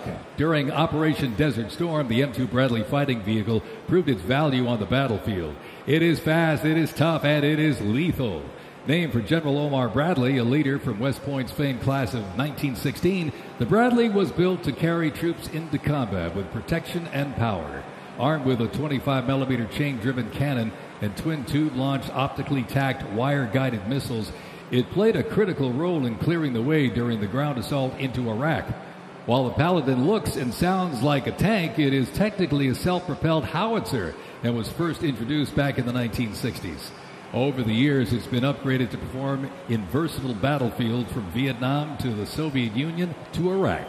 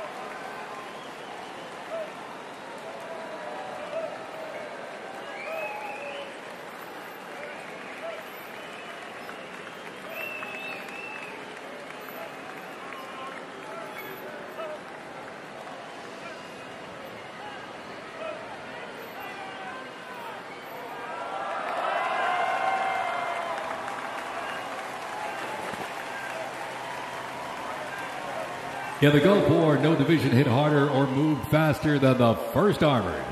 The 1st Armored Division, nicknamed Old Ironsides, is the oldest, most recognizable armored division in the United States Army. As part of the buildup for World War II, cavalry and reconnaissance units were brought together to form the 1st Armored Division in 1940.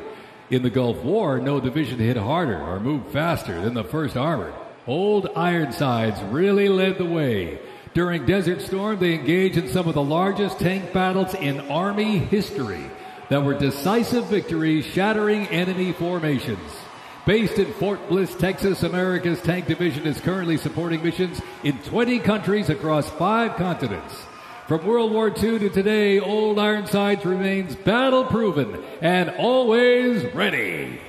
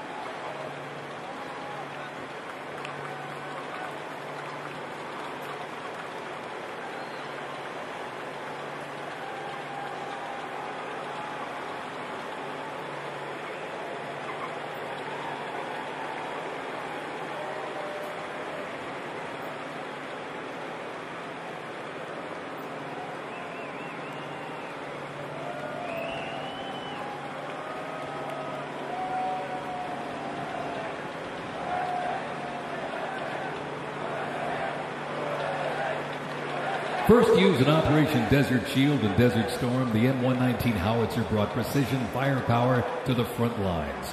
Lighter and more mobile than larger artillery, it was built for the infantry brigade, able to fire high into the air or directly at the target depending on the mission. Whether used in battery formation or as a standalone support weapon, the M119 delivered reliable, responsible fire when it mattered most. Still in service today, including on the front lines in Ukraine, it remains a trusted part of the Army's arsenal.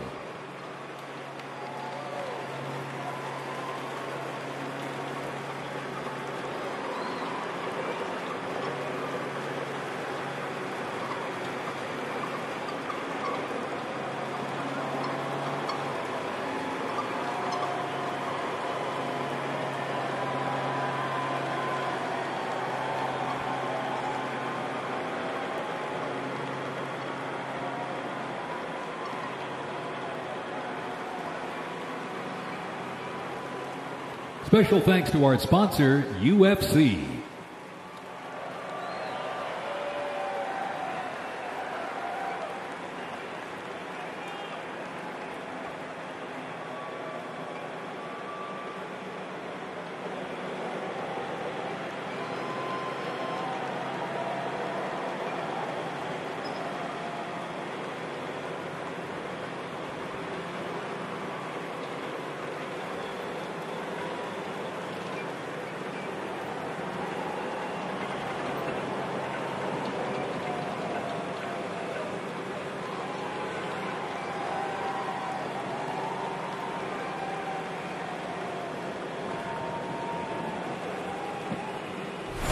On September 11, 2001, terrorists destroyed the World Trade Center in New York City and struck the Pentagon in Washington, D.C. using commercial airliners.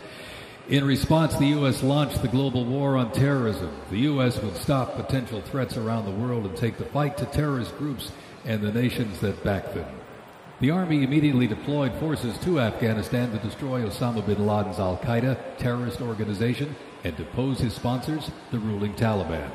The 2003 President Bush expanded the war to Iraq. Soldiers and other armed services overthrew Iraq's dictator Saddam Hussein. The fight to stabilize Iraq and prevent terrorist groups from overthrowing its new government continues to this day. The campaign in Afghanistan lasted until 2021 when U.S. forces withdrew and the Taliban returned to power. Over the course of the two-decade conflict, over 2 million servicemen and women, less than 1% of the American population, deployed in support of the global war on terrorism. Most of those who served were members of the United States Army.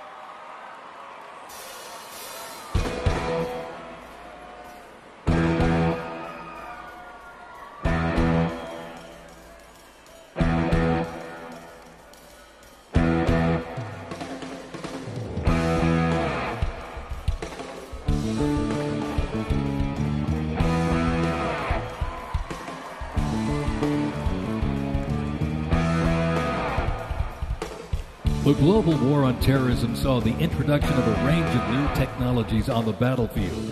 The 8-wheeled Stryker Armored Combat Vehicle is the first new military vehicle to enter service in the U.S. Army since the Abrams tank back in the 1980s. The vehicle was developed to fill a gap in the Army's inventory between a lighter infantry and heavy armored unit. The Stryker Armored Combat Vehicle enables the team to maneuver in close and urban terrain, plus provide protection in open terrain and transport infantry quickly to critical battlefield positions. The first Stryker vehicles were fielded back in 2002 with the first Stryker Brigade combat team deploying to Iraq in 2003.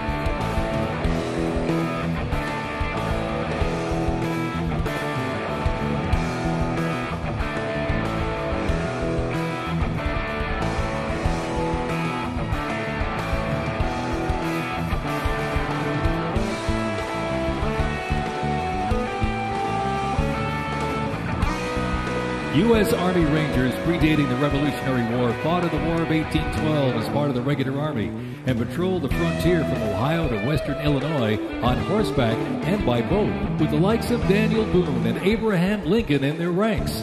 After the 9/11 terrorist attacks, Rangers were called upon to lead the way in the global war on terrorism. As part of the U.S. Army Special Operations Command, the 75th Ranger Regiment, based out of Fort Bragg, North Carolina, represents a lethal, agile, and flexible force capable of conducting many complex joint special operations missions. Today's Rangers Regiment is the Army's premier direct action raid force. It is always combat ready, mentally and physically tough, and prepared to fight our country's adversaries. The U.S. Army Special Operations Command is an elite group of individuals trained to lead and succeed in protecting the country from their threats. Composed of 5 units with unique specialties, Special Operations works with small tactical teams, taking on the most challenging and sensitive missions. Military legends to service members and civilians alike, they take on terrorists through quiet guerrilla war-style missions in foreign countries. Ladies and gentlemen, the U.S. Army's Special Forces.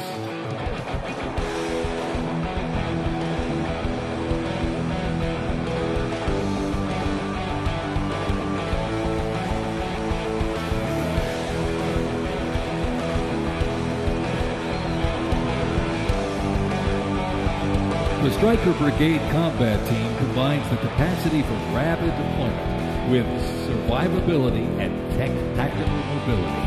Adaptability and continuous transformation to overcome our enemies is vital. Fighting an elusive enemy in distant places and at home requires new tools such as unmanned aerial vehicles for surveillance and the Blue Force Tracker to see real-time details of troop movements. The United States does not face the challenging international environment alone. Our network of allies and partners is an advantage that our adversaries can never hope to match. Over 80 nations have fought alongside the United States or assisted in during the global war on terrorism.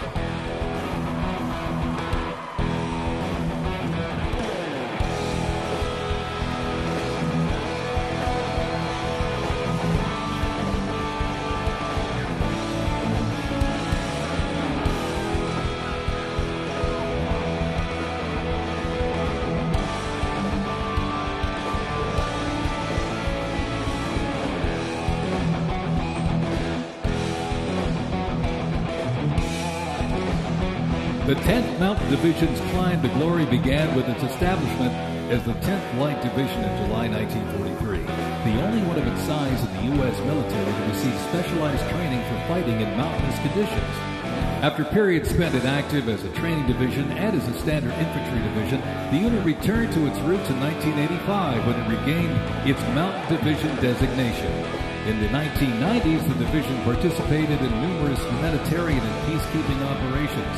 During the War on Terrorism, the 10th Mountain Division proved their mettle as light fighters through repeated deployments to Afghanistan and Iraq. Now, since 2002, the 10th Mountain Division, based out of Fort Drum, New York, has been the most deployed regular Army unit. Its combat brigades have seen over 20 deployments to both Iraq and Afghanistan in support of Operation Iraqi Freedom and Operation Enduring Freedom. To show America's military might, they have one purpose: to deter war and, if ordered, defeat the enemies of the United States of America. They are the 10th Mountain Division.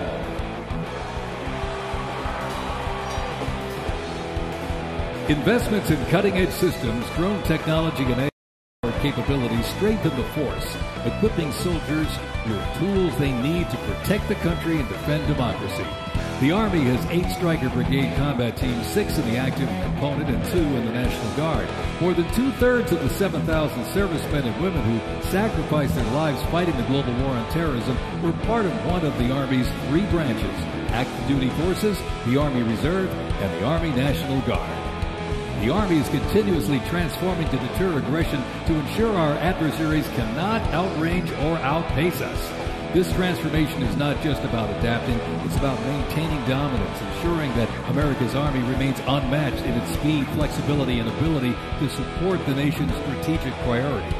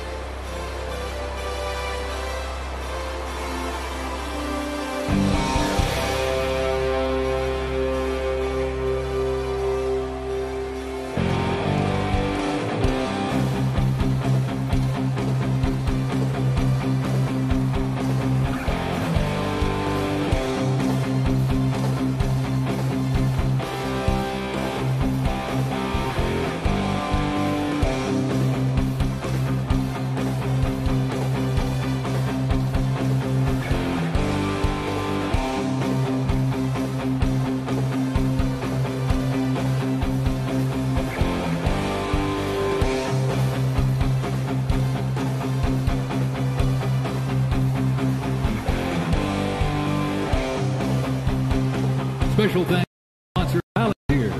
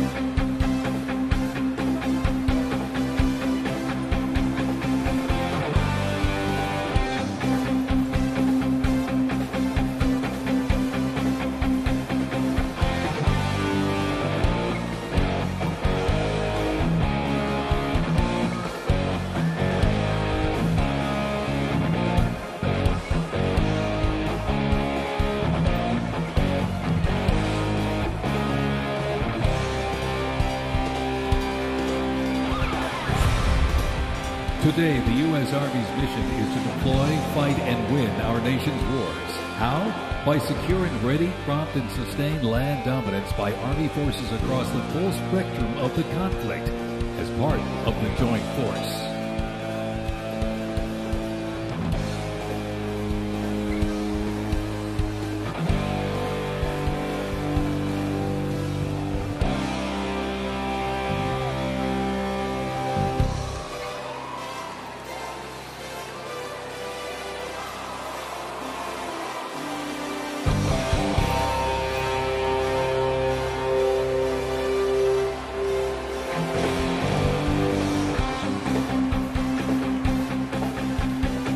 Keeping the Army forces battle-ready and nimble makes transportation for the U.S. Army a very vital element. Spread across the parade today, numerous fighting vehicles, some designed for very specific functions and others for flexibility, but they all must be maintained. With over 200,000 trucks alone, wheeled vehicle mechanisms ensure that the fleet of vehicles are ready, and these mechanics get the job done. This convoy starts with the M777, a lightweight howitzer. These lightweight howitzers may not look particularly lightweight, but are made from titanium. They are 7,000 pounds lighter than their predecessor, the old M198. Used by the Army since 2005, the M777 is currently being used in Ukraine.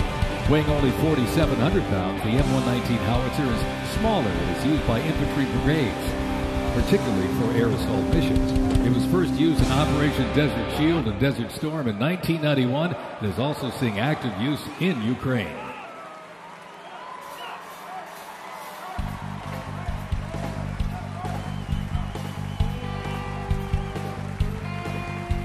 The 7th Infantry Division, stationed at Joint Base Lewis McChord, has been seeing continuous combat action ever since activation in World War I. From Europe to the Aleutian Islands, Japan, Korea, Afghanistan, and the Pacific, the Bayonet Division boasts a proud history of answering the call of its motto, "Trust in me," with resolute dedication. Sent to deployments and conflicts around the globe since it was founded, the division returned to Port Louis in 1971, its first time on American soil since 1934. The 7th Division, originally called the Hourglass Division due to their patch design, gained the nickname Bayonet Division during their deployment to Korea in June of 1950. At Incheon Landing during the liberation of Seoul, they were credited with plunging the bayonet into the heart of the enemy, with 13 members of the division receiving the Medal of Honor. The 7th enables and sustains the combat readiness of 2 Stryker Brigade combat teams and a combat aviation brigade.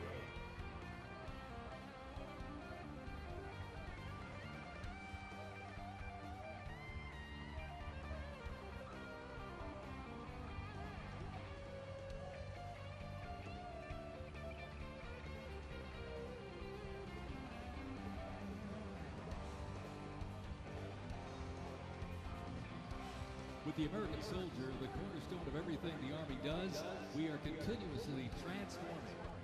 Army careers span the spectrum from attorneys to astronauts and mechanics to engineers. The Army's greatest asset is our people, the finest men and women our great nation has to offer, with a myriad of talents that make us stronger. Aside from its people, the Army's next greatest asset is its technology and equipment. Coming up next, these vehicles offer a glimpse of what the Army employs for readiness and battle.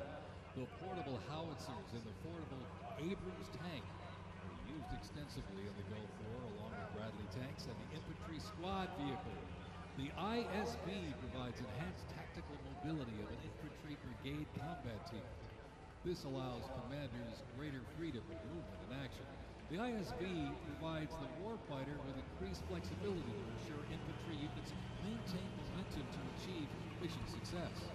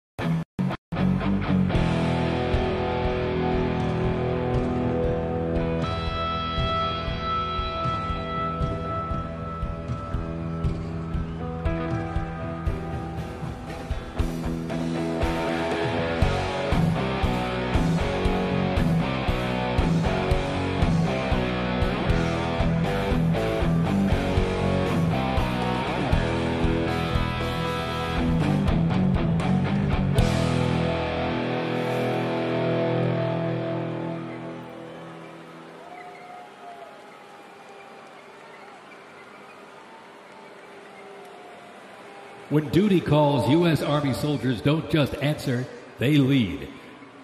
From Fort Bragg, witness a powerful demonstration of strength, purpose, and the unmatched capability of today's Army.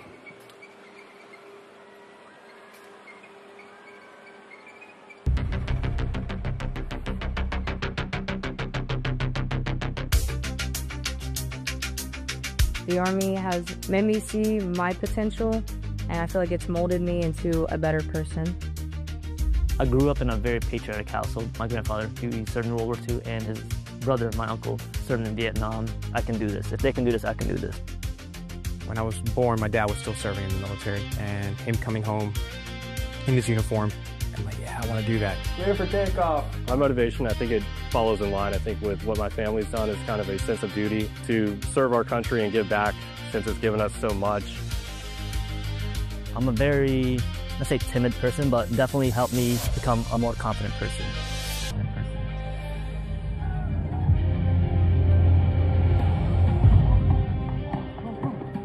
Working with a group of my peers, it really shows how much working with a team can strengthen you. All right, ready to go? Here we go. I derive a lot of purpose from serving others. I think serving something bigger than myself gets me out of bed every day. If you follow it up,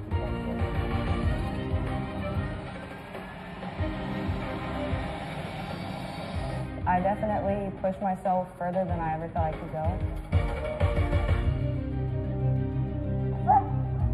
I joined the military service because I want to deploy. That's my main goal, is deploy, deploy, deploy. If we get the call, we have to go somewhere, we'll do what needs to be done. That's just the way we operate here.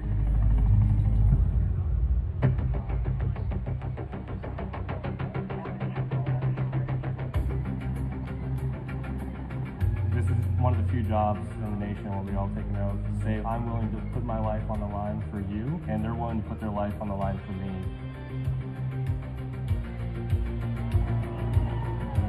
This is what we train for. This is what I want to do. My team leaders and squad leaders, they know exactly what to do. Check equipment, check weapons, check ammo.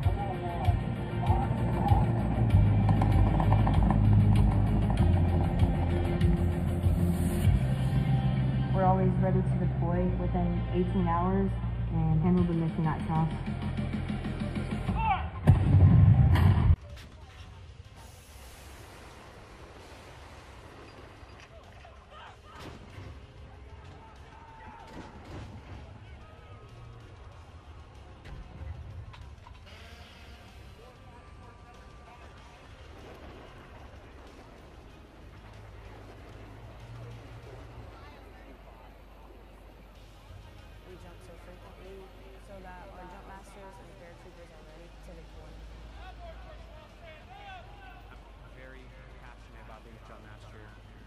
Paratroopers, they see you, you know, they believe in you.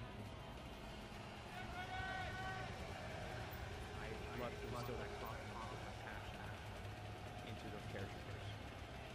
It's a rush. It's great.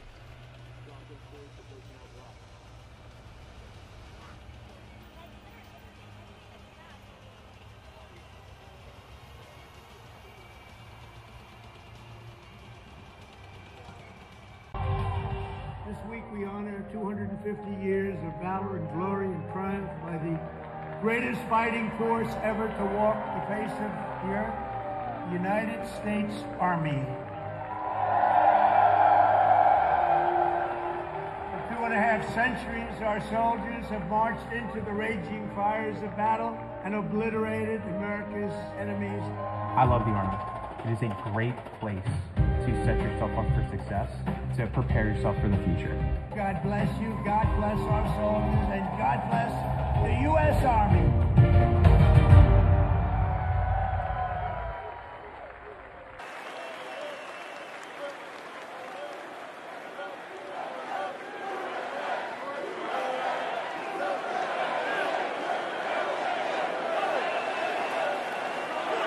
Joint Base Elmendorf, Richardson, Alaska is the home to America's Arctic Angels, who execute expeditionary operations worldwide conduct multi-domain operations in the Indo-Pacific theater and the Arctic, and on order decisively defeat any adversary in extreme cold weather, mountainous and high-latitude environments through large-scale combat operations. The Angels are the Army's only Arctic division.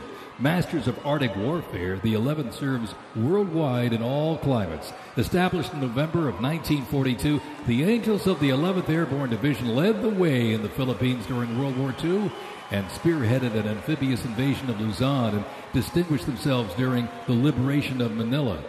After periods spent inactive and stationed in Germany from 1963 to 65, the division operated as the 11th Air Assault Division with the mission of testing and refining the Army's helicopter-centric air mobility doctrine. Activated once again in June of 2022, they remain dedicated to defending America's interests throughout the Arctic, in Alaska, and beyond. The 11th Airborne Division, America's Arctic Angels.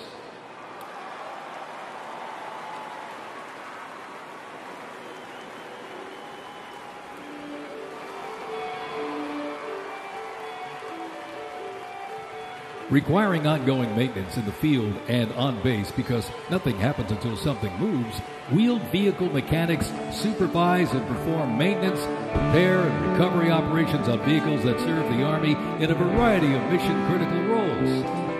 Included in the array of mobile artillery such as Paladins and the Abrams tank is the Joint Light Tactical Vehicle known as the JLTV. It's highly adaptable, providing protected and sustained mobility for personnel and payloads. The JLTV is known for its off-road capability while providing armor against small arms and improvised explosive devices. The JLTV right there.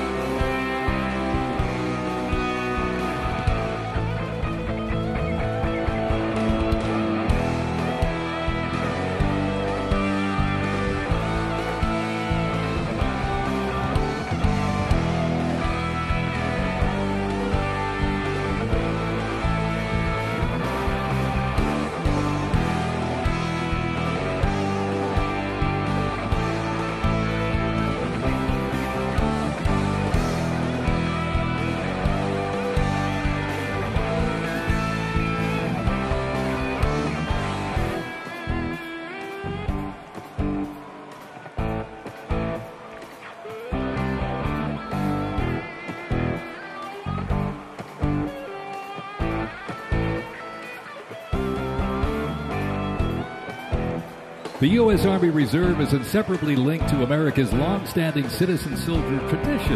Organizationally, the Reserve's roots lie in the Medical Reserve Corps, established back in 1908 to provide a ready reserve of medical manpower. This organization was folded into the new offices of the Officers Reserve Corps in 1917. Reserve organizations furnished crucial manpower to the Army during World War I and were merged into 1920 into the Organization of Organized Reserve. During World War II, the Army activated 26 Organized Reserve infantry divisions, and roughly a quarter of the Army's officer corps came from the reserves during the conflict.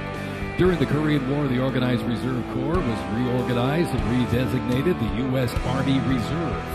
The Army Reserve has since served as a vital source of manpower for the force during times of need, gradually transitioning from a strategic force to an operational force in response to the pressures of the war on terrorism. In the 170,000 Army Reserve soldiers and 11,000 civilians serving their home communities, and when needed, they can quickly mobilize. The Army can't deploy, they can't fight or win without the Army Reserve. They are an important component of Army readiness. Let's have a big hand for the Army Reserve.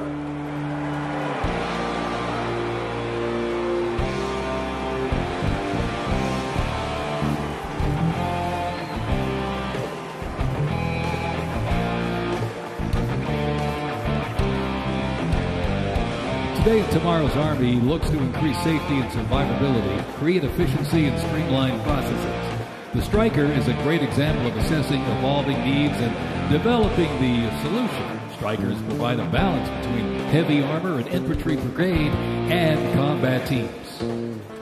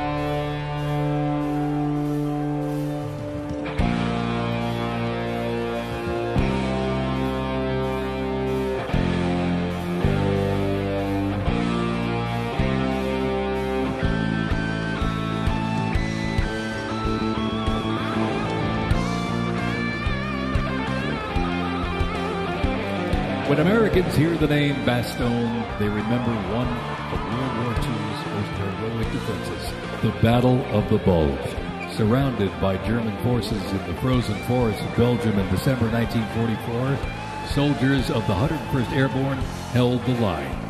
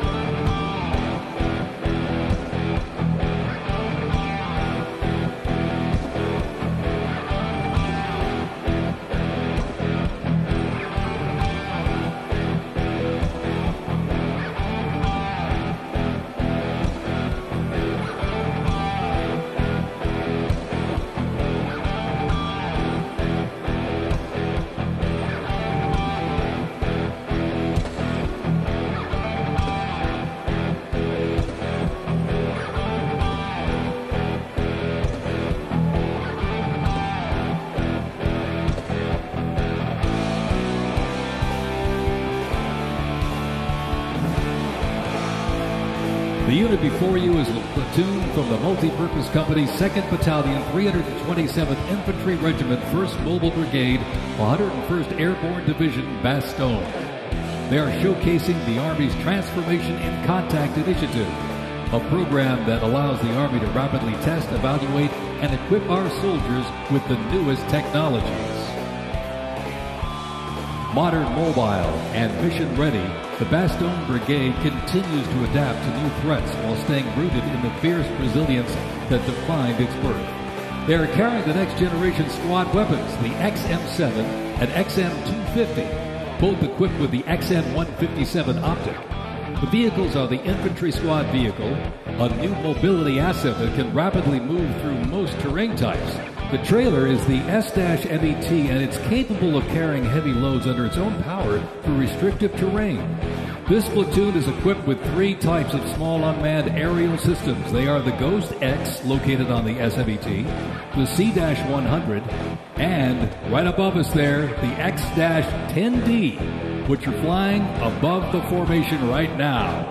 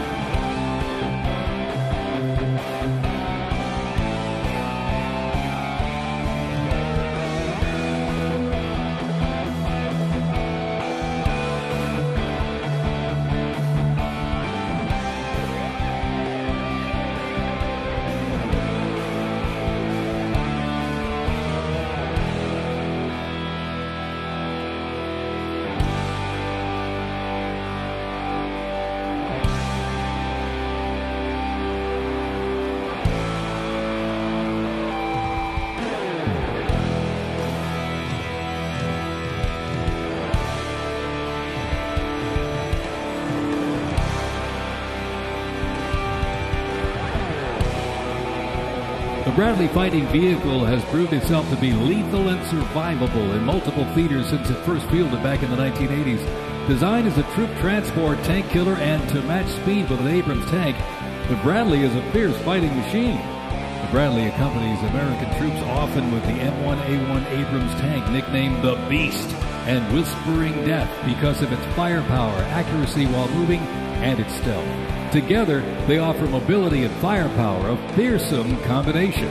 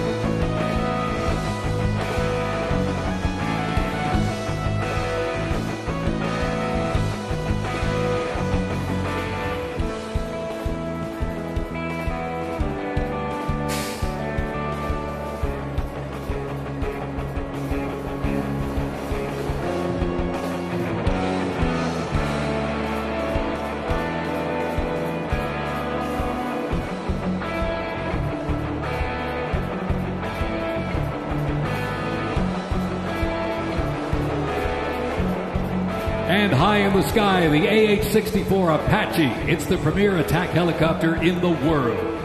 The Apache entered service in the mid-1980s and continues to evolve and modify to meet worldwide threats.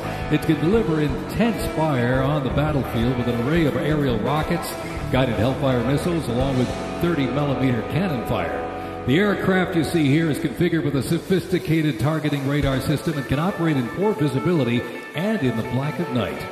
With more than 1,280 aircraft in operation accumulating over 5 million flight hours, 1.3 million of which have been in combat, the AH-64 Apache represents the backbone of the U.S. Army's attack helicopter fleet and a growing number of international defense forces.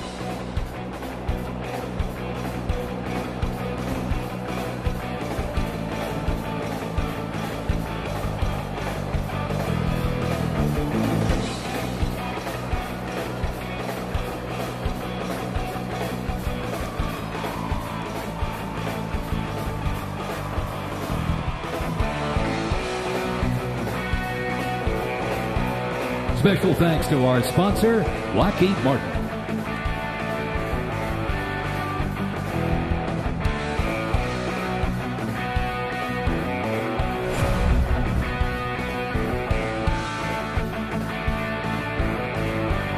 Now, let's roll on to the future of Army readiness. The Army Research Laboratory robot dogs reflect the latest in Army innovation. Look at this. Much like a true canine, these robots can go where soldiers cannot. They have increased mobility, improved tactical awareness, reduced risk to soldiers, and enhanced teamwork. Replacing soldiers, robot dogs can explore terrain that may be difficult for soldiers to traverse. Disposable explosive ordnance that act in defensive posture or aggressive capacity when armed.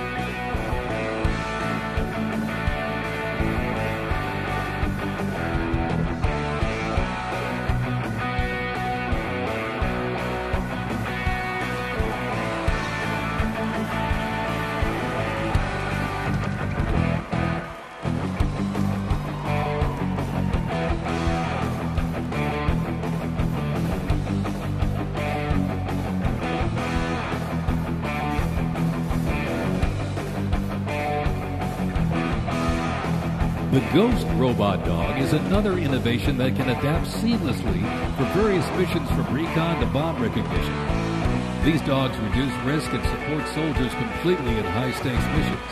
They have a standard walk speed of 2 miles per hour and are working towards 6.7 miles per hour sprint.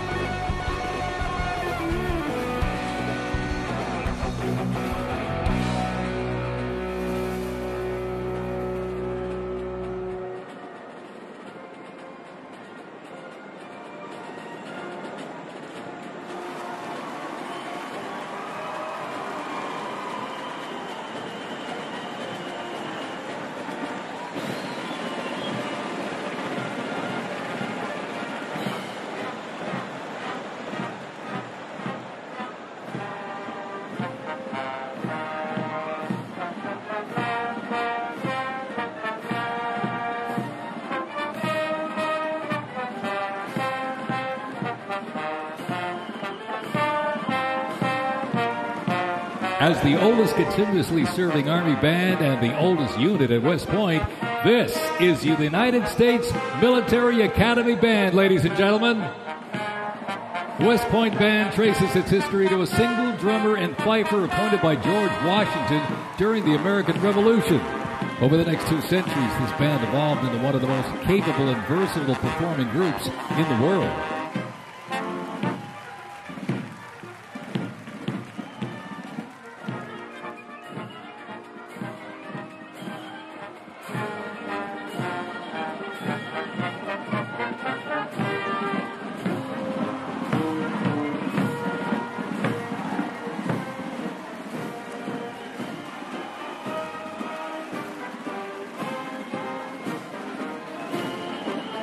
one of the most prestigious institutions in the world where leadership is forged and duty becomes destiny. This is West Point, where Army leaders are made. With the motto of duty, honor, and country, West Point trains the best and brightest to serve their country as Army officers. Founded back in 1802 by President Thomas Jefferson, West Point is the home of the Long Gray Line, a legacy of courage and excellence that includes 77 Medal of Honor recipients, 2 U.S. presidents, Grant and Eisenhower, and numerous generals, including John J. Pershing, Douglas MacArthur, and Norman Schwarzkopf.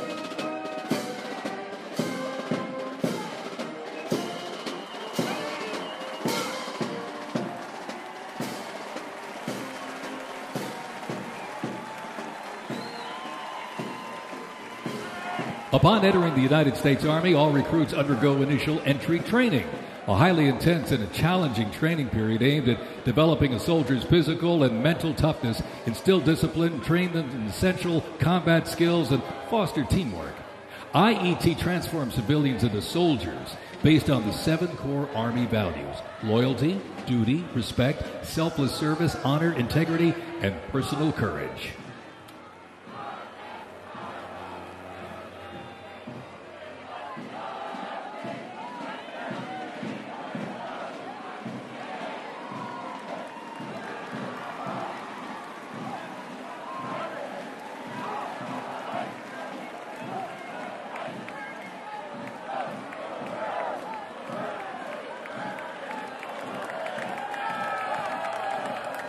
The Virginia Military Institute, on a mission to produce citizen soldiers, men and women educated for civilian life, prepared to serve their country in the armed forces.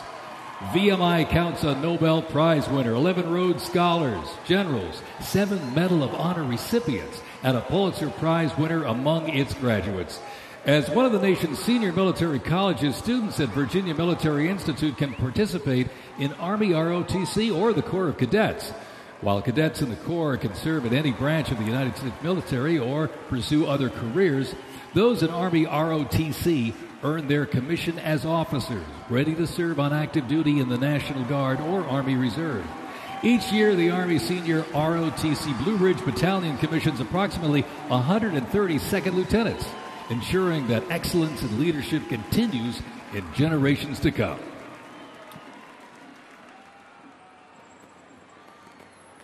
The Citadel, the Military College of South Carolina, offers students the opportunity to participate in Army ROTC or the Historic Corps of Cadets.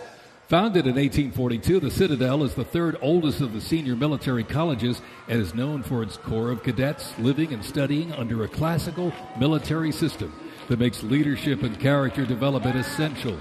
While military service is not required at graduation, more than 120 students earn their commission each year through the Army Senior ROTC Palmetto Battalion, playing a vital role in shaping the future.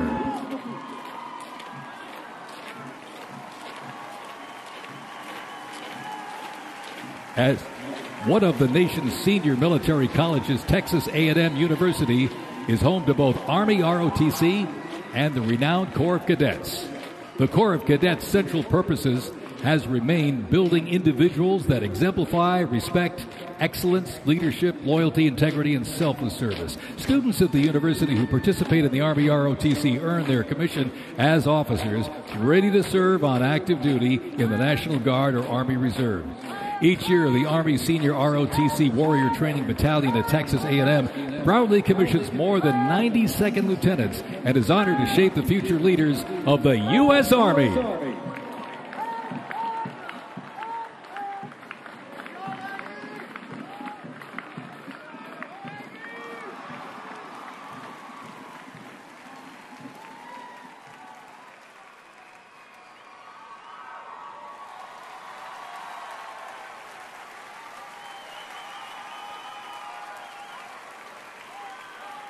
In a powerful display of commitment, these future soldiers will raise their right hand and take an oath of enlistment, pledging to serve our nation. This joint formation is proudly led by the Joint Task Force, National Capital Region, and the Military District of Washington Retention Team.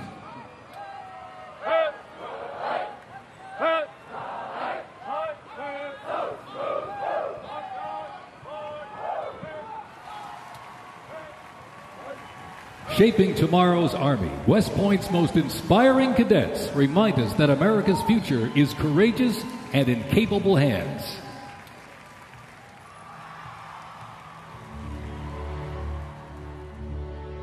The pride to serve my country knows that I'm doing it not for myself. Every day I put on the uniform, I'm not just representing Caroline Robinson. I'm representing my company here at the Academy. I'm representing West Point. I'm representing the United States Army, and ultimately, I'm representing the United States of America. I really came to West Point because belief in the American dream and giving back to our country. You're a part of something that is much bigger than yourself. You're a part of a tradition of excellence and a legacy that's connected not only to the Academy, but to the American Army. I'm surrounded by people who want to make themselves better and serve our country. Excellence is their baseline, and that to me is what it means to be a West Point cadet. From the earliest days of our nation, this supreme tradition of American military service has been passed down from soldier to soldier and generation to generation, and it's a beautiful thing to watch. My brother preceded me here, and originally I didn't really know what West Point was until he came. But when I saw the mission that they were committed to, of upholding the principles of American democracy and protecting the Constitution, I knew it was somewhere I had to be. Every time that we lived outside of the United States, I always developed this sense of gratitude and pride of being an American, and I wanted to give back to my country what it gave to me. And it wasn't until I zipped up the blouse and I put the belt on for the first time that I realized that I was going to be serving my country, and it felt right.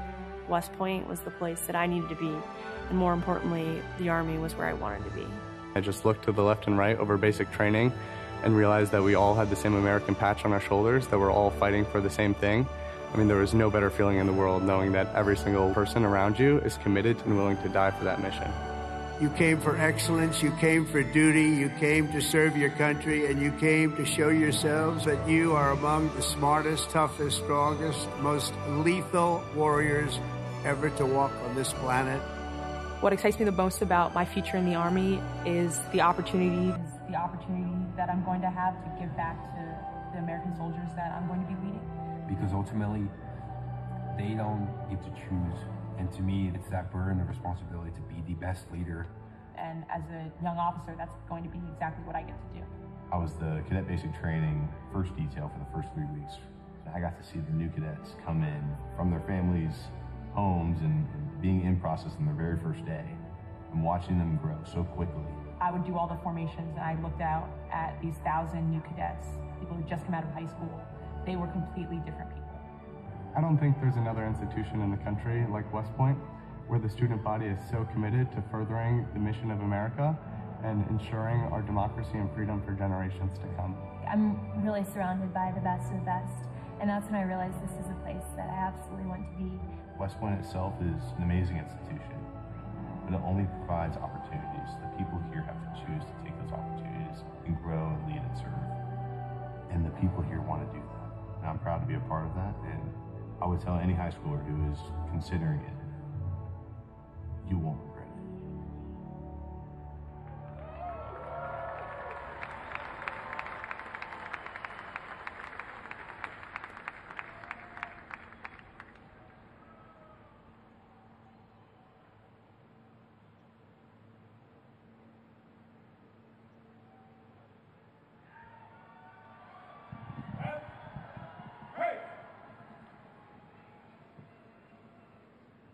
Mr. President, First Sergeant Norton, reporting for duty, sir. Ready to commence the ceremony as directed. I state your name. Do solemnly swear that I will support and defend the Constitution of the United States of America against all enemies, foreign and domestic, that I will bear true faith and allegiance to the same, and that I will obey the orders of the President of the United States and the orders of the officers appointed over me according to regulations and the Uniform Code of Military Justice. So help me God. Congratulations, congratulations. Welcome to the United States Army, and have a great life. Thank you very much. Have a great life. Thank you.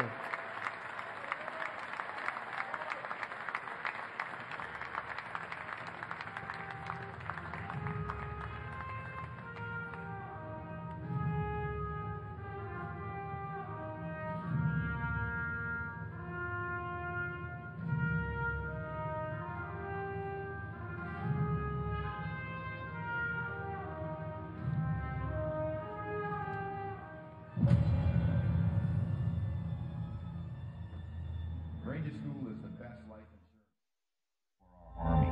It will always end with two people facing off with each other, and we need young leaders to be able to close with and destroy the enemy and defend our nation's interests forward.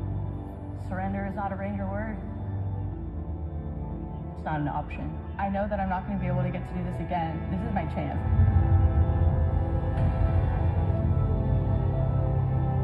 Starts at the legendary Ranger School, the crucible where these elite warriors are forged. It has been described as the longest approved gut check in the Army. Over 62 days, students will patrol hundreds of miles over mountains and through swamps under the crushing weight of their equipment. All the while, they are deprived of both food and sleep, forced to perform at the very edge of their physical limits. But it's not just the physical challenges that make Ranger School so intense. The mental strain will break these soldiers down to their core. If I have a come to God moment, I have to take my PC off my patrol cap, and on the inside of that, my commander gave me a Ranger tab, the yellow and black one that you get during graduation, and I pinned it to the inside of my PC. Ranger School is not for the faint of heart, but for those who are up to the challenge, it is the ultimate proving ground. We already didn't have enough beds for the people in our company, and our eyes reminded us that we don't have enough beds because there's not going to be this many people by tomorrow. Just a slight reminder that there's too many of you anyways, and not all of you are going to pass it. Rangers, if you don't figure it out, you're about to get another casualty. It's completely different than what people would think Ranger School is like, but you can't put that into words, so it's hard to tell somebody something that you have to experience for yourself. They got a saying, it's called as the tab turns. So Ranger School is continuing to change and to develop, but at the end of the day, it is the same.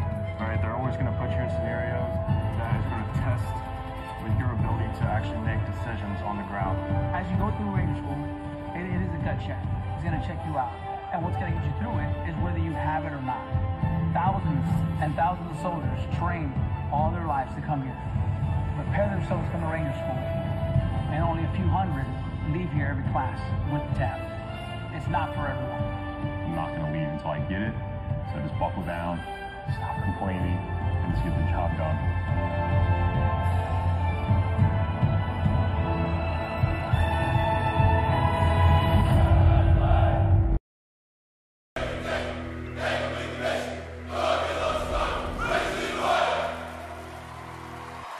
Please welcome country music sensation and proud supporter of our troops, Warren Ziders.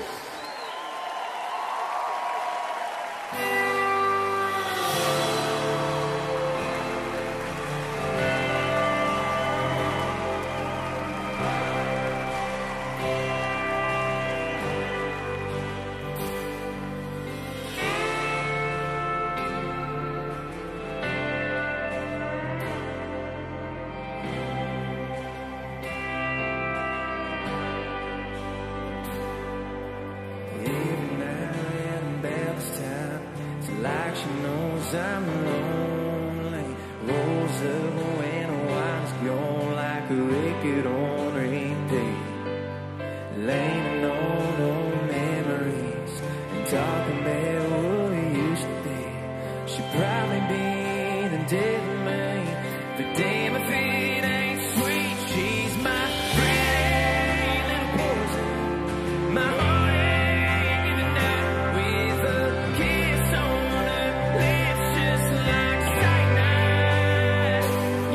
She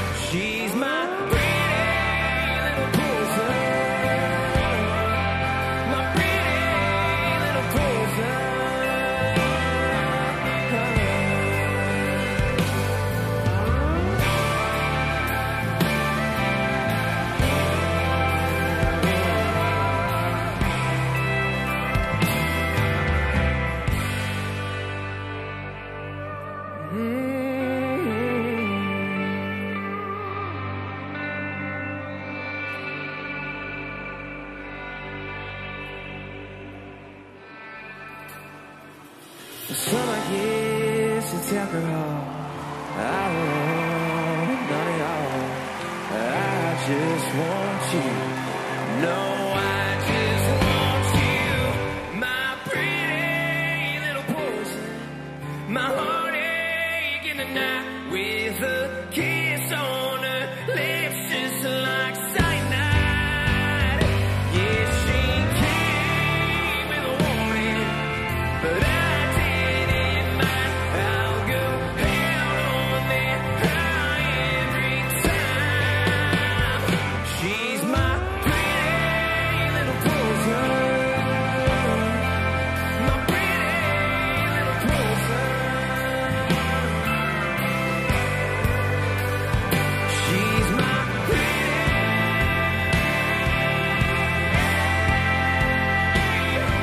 little poison.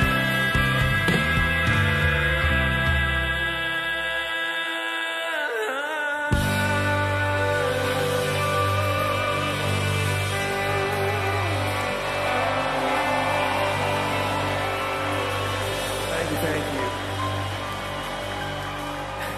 I'm not gonna lie, y'all. I'm nervous, but I would just like to say thank you so much for having me here tonight. I am just so fortunate to be here in front of y'all, and thank you guys so much for what you guys do. And honestly, happy birthday, y'all. Happy birthday.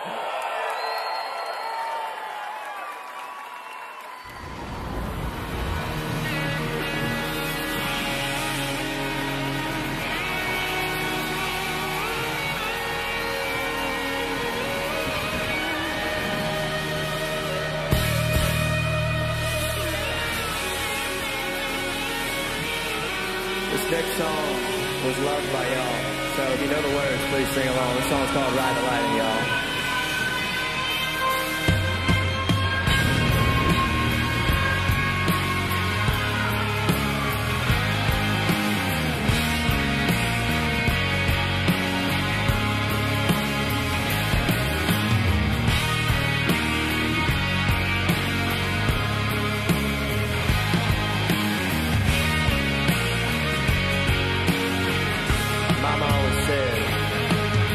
Mama always said I was born on the white side. Yes, she did.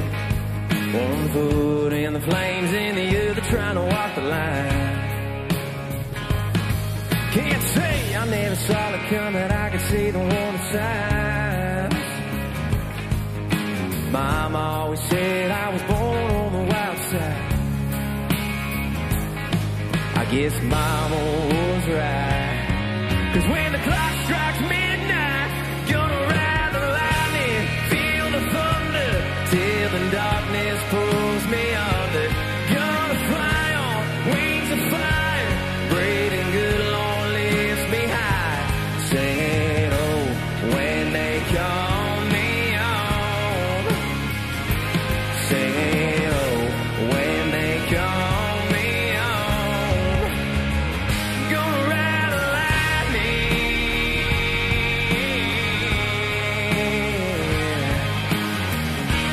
I see you singing, my friend. There's a man in a black coat standing at a crossroads, with a pen in his hand and a long list of lost souls.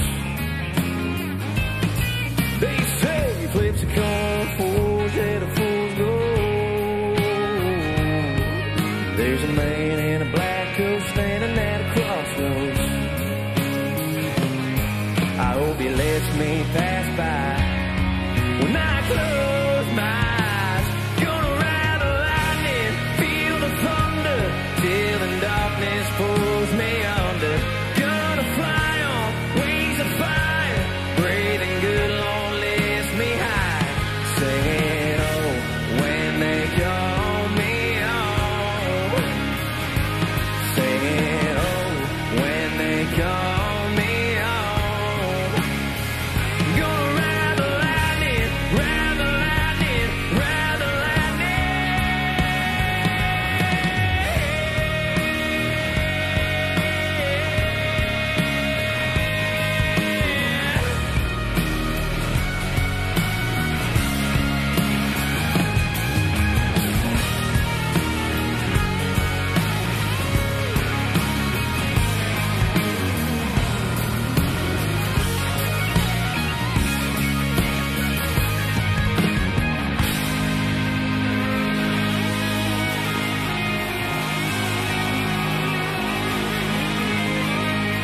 one more chorus, y'all.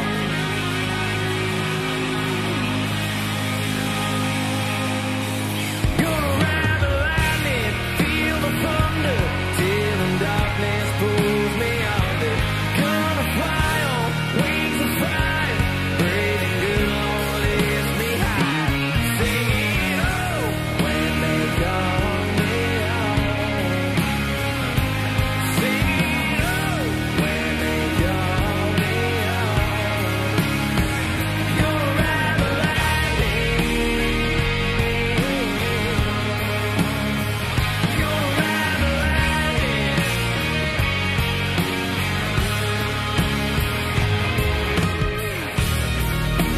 Ladies and gentlemen, everybody here, everybody that is attending tonight, I just want to say thank you so much. And I'll leave y'all with this. I'm more Zatters, y'all. Thanks for having me.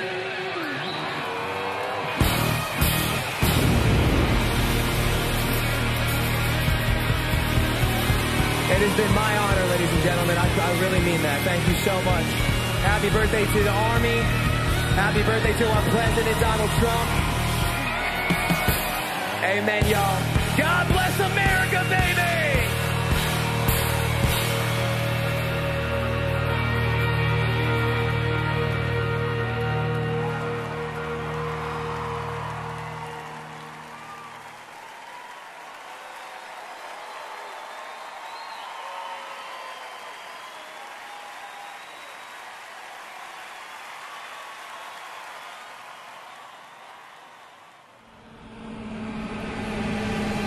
This week we honor 250 years of valor and glory and triumph by the greatest fighting force ever to walk the face of the earth, the United States Army. Each of you on the field today is among the most talented members of your generation. You could have done anything you wanted. You could have gone anywhere. You could have gone to any school. Matt's incredible heroism helped ensure that not a single American soldier died in the Battle of Shock Valley. For 2.5 centuries, our soldiers have marched into the raging fires of battle and obliterated America's enemies. The dignity, daring, and devotion of the American military is unrivaled anywhere in history and any place in the world. Our soldiers do not rest until they win. Our citizens know that you're standing guard, killing terrorists, crushing our enemies, and keeping America safe. But you're also keeping it strong and proud and mighty and free. This week we remember that we only have a country because we first had an army. As President of the United States, let me express my undying gratitude for every soldier here today, for every veteran and their incredible families, and for every patriot who has worn the uniform. Our debt to you is infinite and everlasting. With the grace of God, America will always prevail.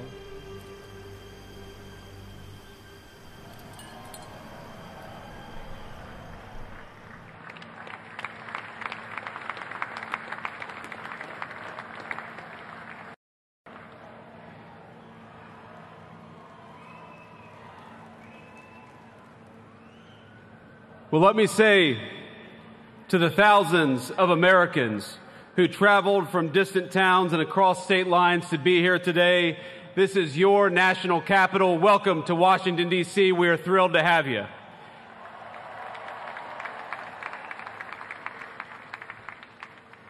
This evening, as we celebrate the 250th anniversary of the United States Army, the oldest branch of the greatest fighting force ever known to man, I want to say to all the soldiers all across our nation's capital and all across the world, happy birthday, soldiers. We're proud of you.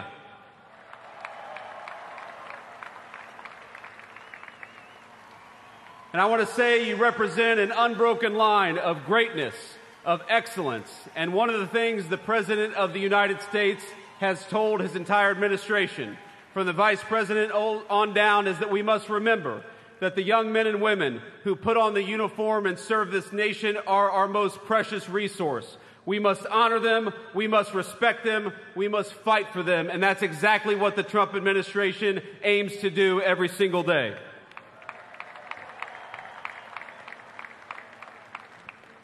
And so to our soldiers, we're so proud of you, and let me tell you that the way that we honor and respect you is, number one, we never ask you to go to war unless you absolutely have to, and number two, when we do ask you to go to war, we give you the weapons and the support needed to kick the hell out of the enemy and come back home safely.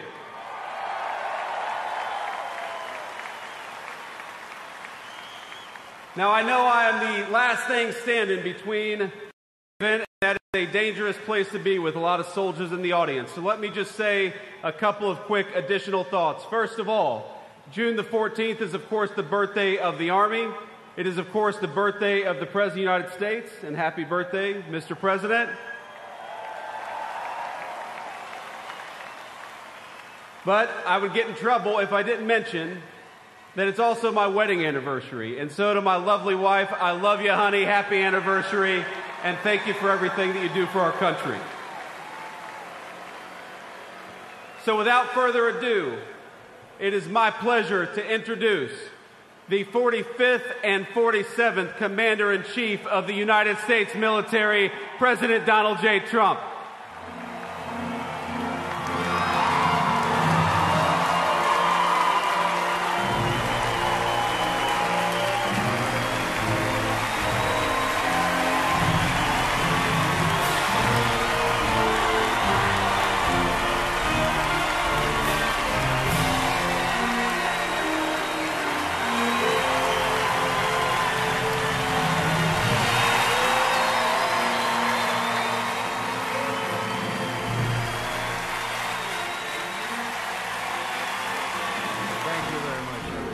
Thank you to Vice President Vance, and thank you to our wonderful First Lady, and above all, thank you to the greatest, fiercest, and bravest fighting force ever to stride the face of this earth, the United States Army. Thank you very much.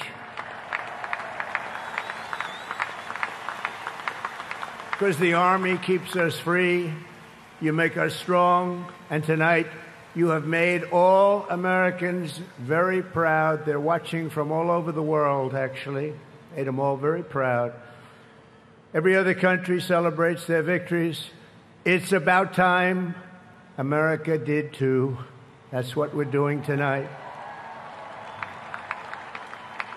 And watching this magnificent display, our souls are filled with gratitude for every generation of warriors who have worn the uniform all the way back to the very beginning.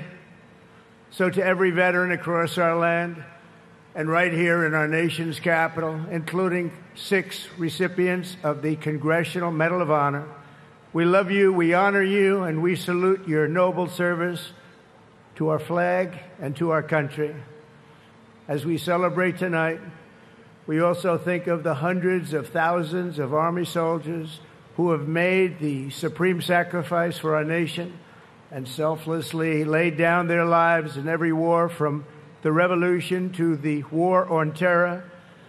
To the Gold Star families with us today, the courage of your heroes is the bedrock on which our entire nation stands. We thank you. Yes, we thank you. Today we commemorate an event that did not just change American history, but changed the history of the entire world. With the creation of America's Army on June 14th, 1775, liberty got its shield and the freedom got its sword. Those first Army patriots in the American Revolution fought against a fearsome enemy and impossible odds, but they were armed with a righteous cause. They were led by an indomitable commander, a truly great man, General George Washington, and they were united by an eternal creed. Their motto was victory or death, Over the past 2.5 centuries, our warriors have shown unrivaled valor on fields of battle around the globe. With the frostbitten feet and bloody fist, they have marched into the flames and fury of combat, charged up mountains, stormed beaches, waded through torrents of gunfire, and leapt into skies thick with smoke and shrapnel. The U.S. Army has driven bayonets into the heart of sinister empires, crushed the ambitions of evil tyrants. Beneath the threads of American tanks, it's done so well, it's done so much, and sent the devil himself flying into full retreat. Time and again, America's enemies have learned that if you threaten the American people, our soldiers are coming for you. Your defeat will be certain, your demise will be final, and your downfall will be total and complete.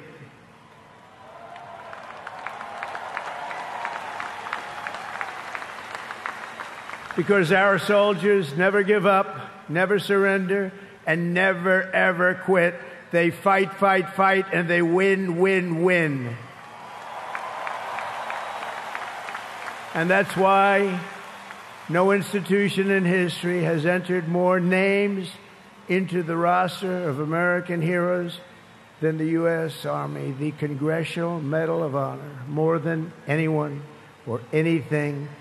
There was Mad Anthony Wayne, asked by George Washington to lead a daring midnight raid up the cliffs of Stony Point with unloaded muskets and only their bayonets to fight the redcoats. Mad Anthony replied, "Issue the order, sir, and I will storm into hell for you." Then there was the Civil War general, John Corse, shot in the face in combat. He fired off a message to his commander: "I am short a cheekbone and one ear, but I am able to whip the hell out of all of them." He stayed on the front lines, it seemed forever. In World War II, there was the great Creighton Abrams, besieged on all sides by the Nazis at the Battle of the Bulge. He boldly proclaimed, "They've got us surrounded again, the poor bastards." This is the fighting spirit and unyielding force of the U.S. Army. It has never changed, and it will never, ever change, because there is no earthly force more powerful than the brave heart of a U.S. infantryman or an Army Ranger, paratrooper, or Green Beret. They are the best. They are the finest.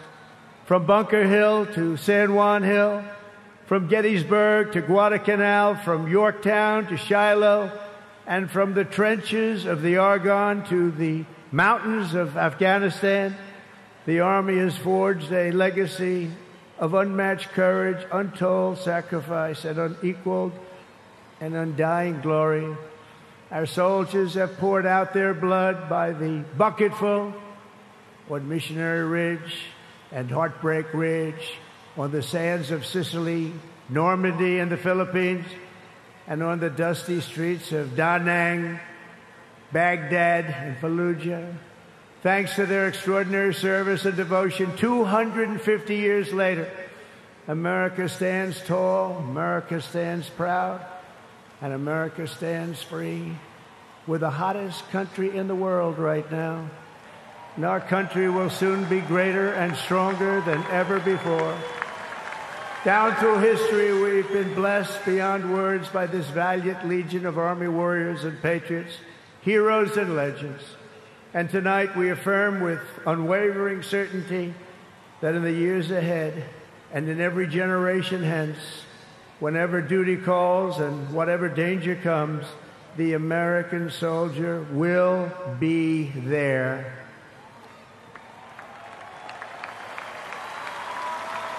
No matter the risk, no matter the obstacles, our warriors will charge into battle.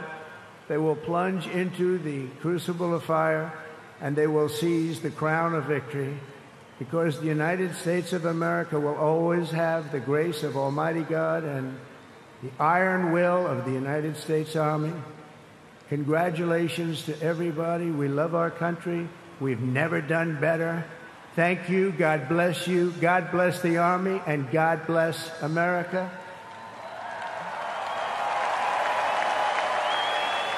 And now I'd like to ask our great First Lady to join me at the podium. Thank you very much, everybody.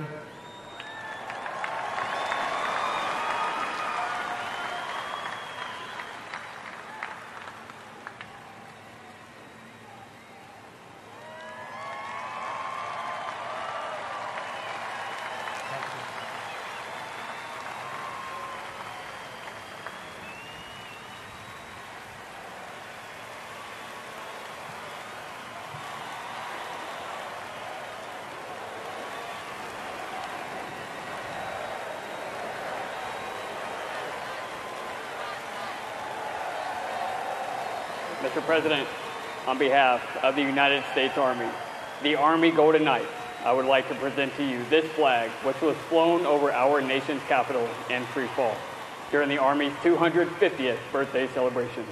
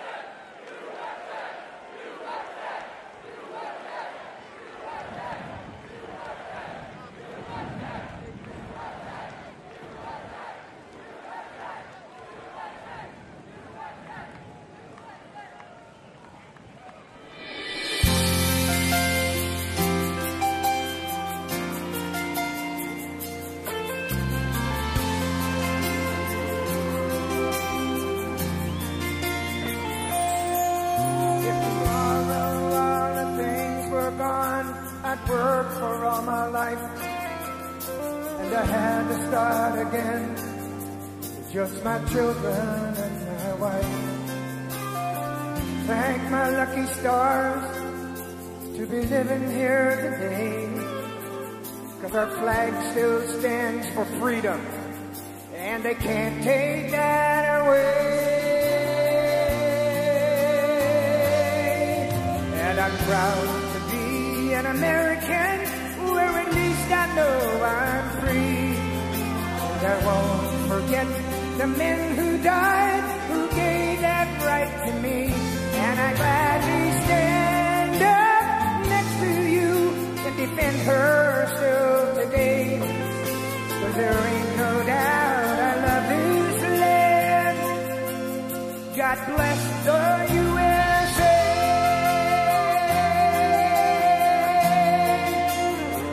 Happy birthday, Mr. President.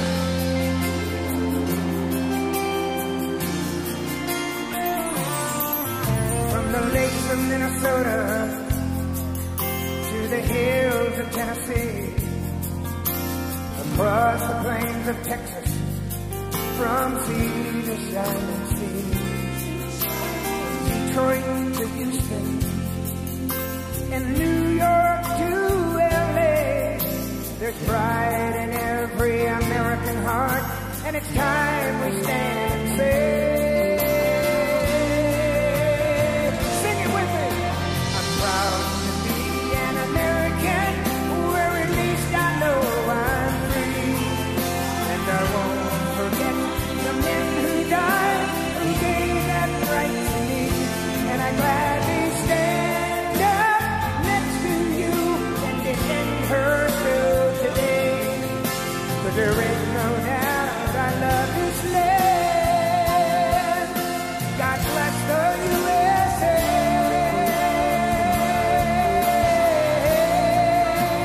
Light up your cell phone. And I'm proud to be an American, where at least I know I'm free. And I won't forget the men who died, who gave that right to me. And I gladly stand up next to you and defend her still today. 'Cause there ain't no doubt I love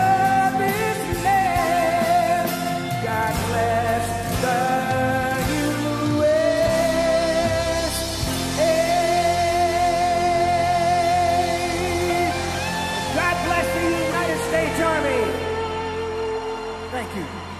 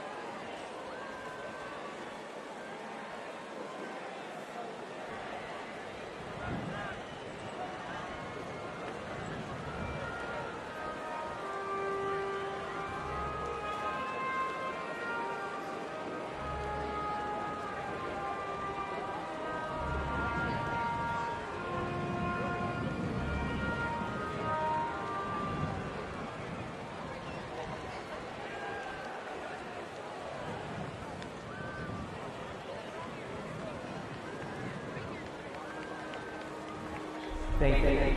Thank you. Thank you, U.S. Army. Thank you. Thank you. Thank you. Thank you, Army, for 2 years. Thank you so much for serving alongside my grandfather and my great-grandfather, for your service, for your country, for your family. And I just want to say thank you from a generation that may not have known your name, but I get to live in the freedom because of it. I want to thank all the U.S. service members, men and women, and especially the Army for their 250th birthday. Thank you very much. My grandpa served in the Army in World War II as part of the 82nd Airborne. Thank you, Army, for everything that you do. My brother Rob and my son Alec both served in the U.S. Army. We thank you for your courage, your sacrifices, and the burdens that you may now carry. Thank you so much for doing what you do, putting your lives on the line for other men like me to live the life I live. And I just want to say happy birthday to the U.S. Army, congratulating them on 250 years. I want to give a big shout out to my Uncle Zadian, who served in the Army, and thank you for all you do. I'm very thankful for the dedication and the hard work of the men and women of the U.S. Army. Hi, American soldiers. Thank you for all you do. Love you. Our freedom is not free, and we know that we are free because of you and your efforts. Thank you to our Army active duty and veterans for protecting our rights and freedoms. Comes at an immeasurable cost. I'm wishing you the best. Happy birthday. Go on. Happy birthday, Army. Thank you to everybody who's serving today and has served in the past. Love you guys and girls. Thank you so much for everything you do. A big thank you to the men and women that serve our country and everything you guys do for us. Thank you, Army, and happy birthday.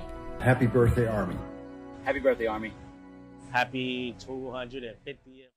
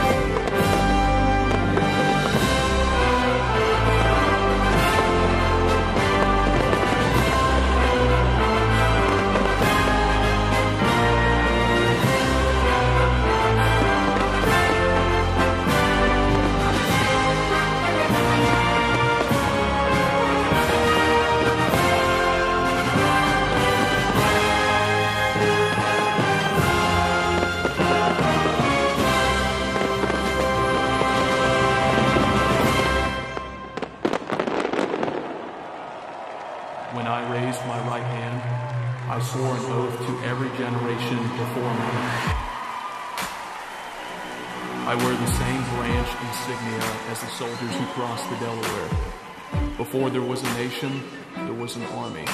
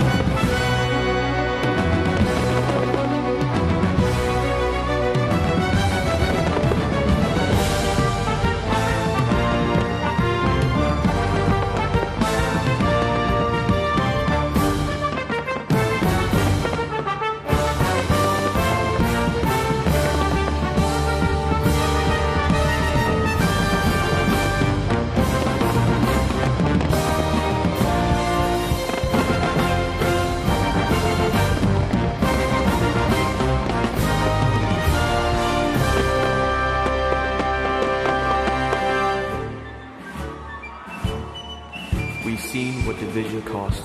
I serve because unity is worth the fight. I carry that legacy forward every time I put on this uniform.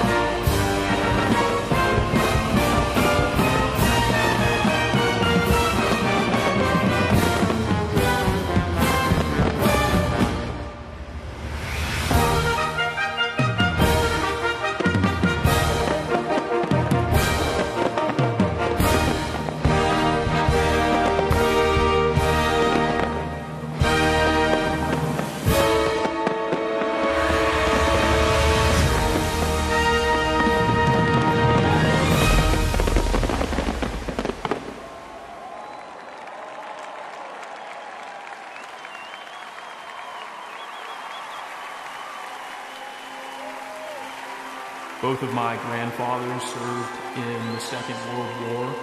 They answered the challenges of their time, and it is my goal in this uniform to answer and meet the challenges of my time head on. He ain't heaven, he's my brother.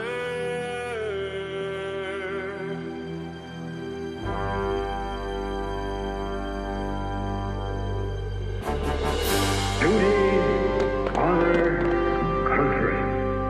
Those three hallowed words reverently dictate what you ought to be, what you can be, what you will be.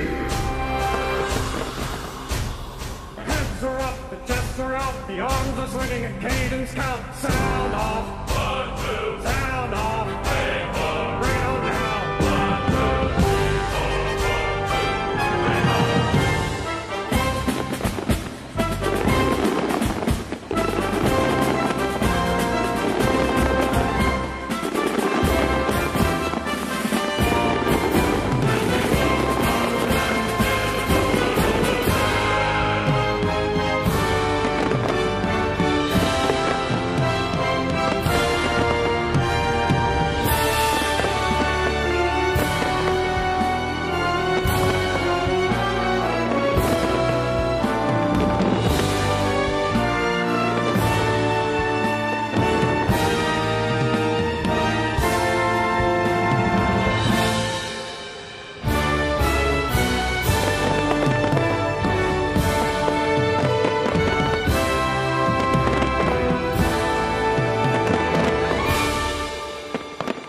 There's a strength in these bonds. There's a realness to these bonds.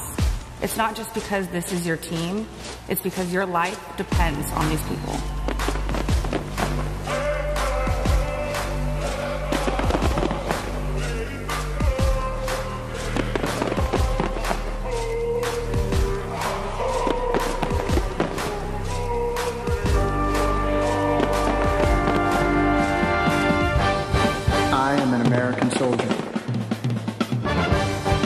I'm a warrior and a member of the team. I serve the people of the United States and live the Army values. I will never accept defeat. I will never quit. Trained and proficient in my warrior task and drill. I am an expert and I am a professional. Enemies of the United States of America in close combat. I am a guardian of freedom and the American way of life. I am an American soldier. I am an American soldier. I am an American soldier.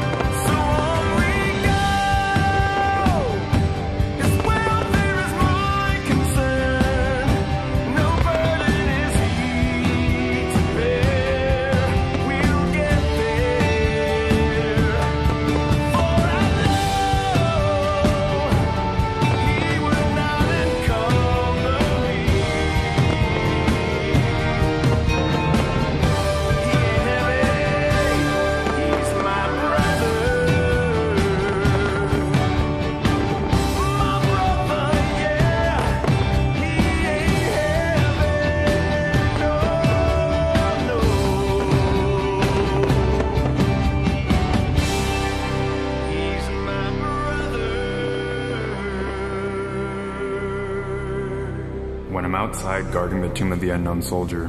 It is one of the most honorable jobs I think that I could have had in the military. I think about those soldiers who made the ultimate sacrifice. Oh, beautiful, for he was proved in liberating strife.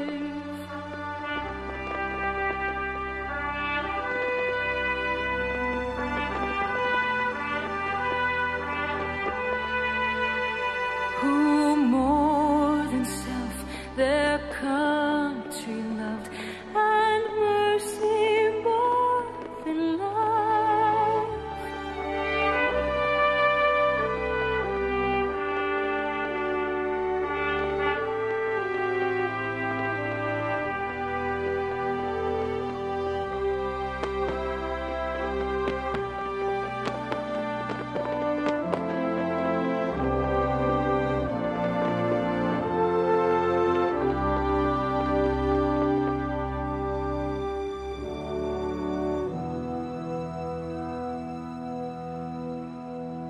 And I will always do my duty, no matter what the price.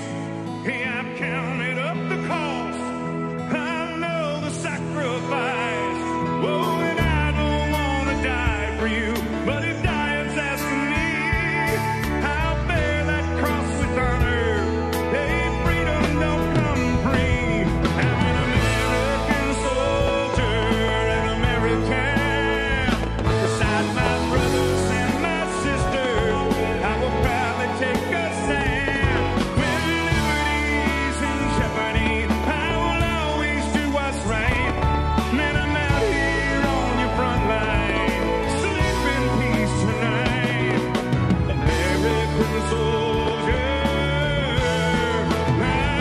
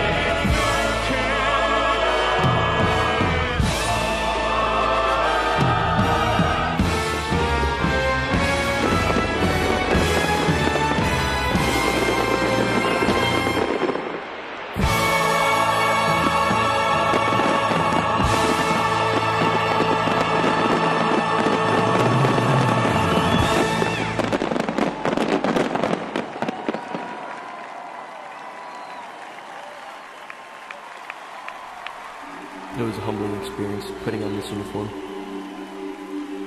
I believe this uniform is a symbol of trust, and it represents the highest ideals of our country.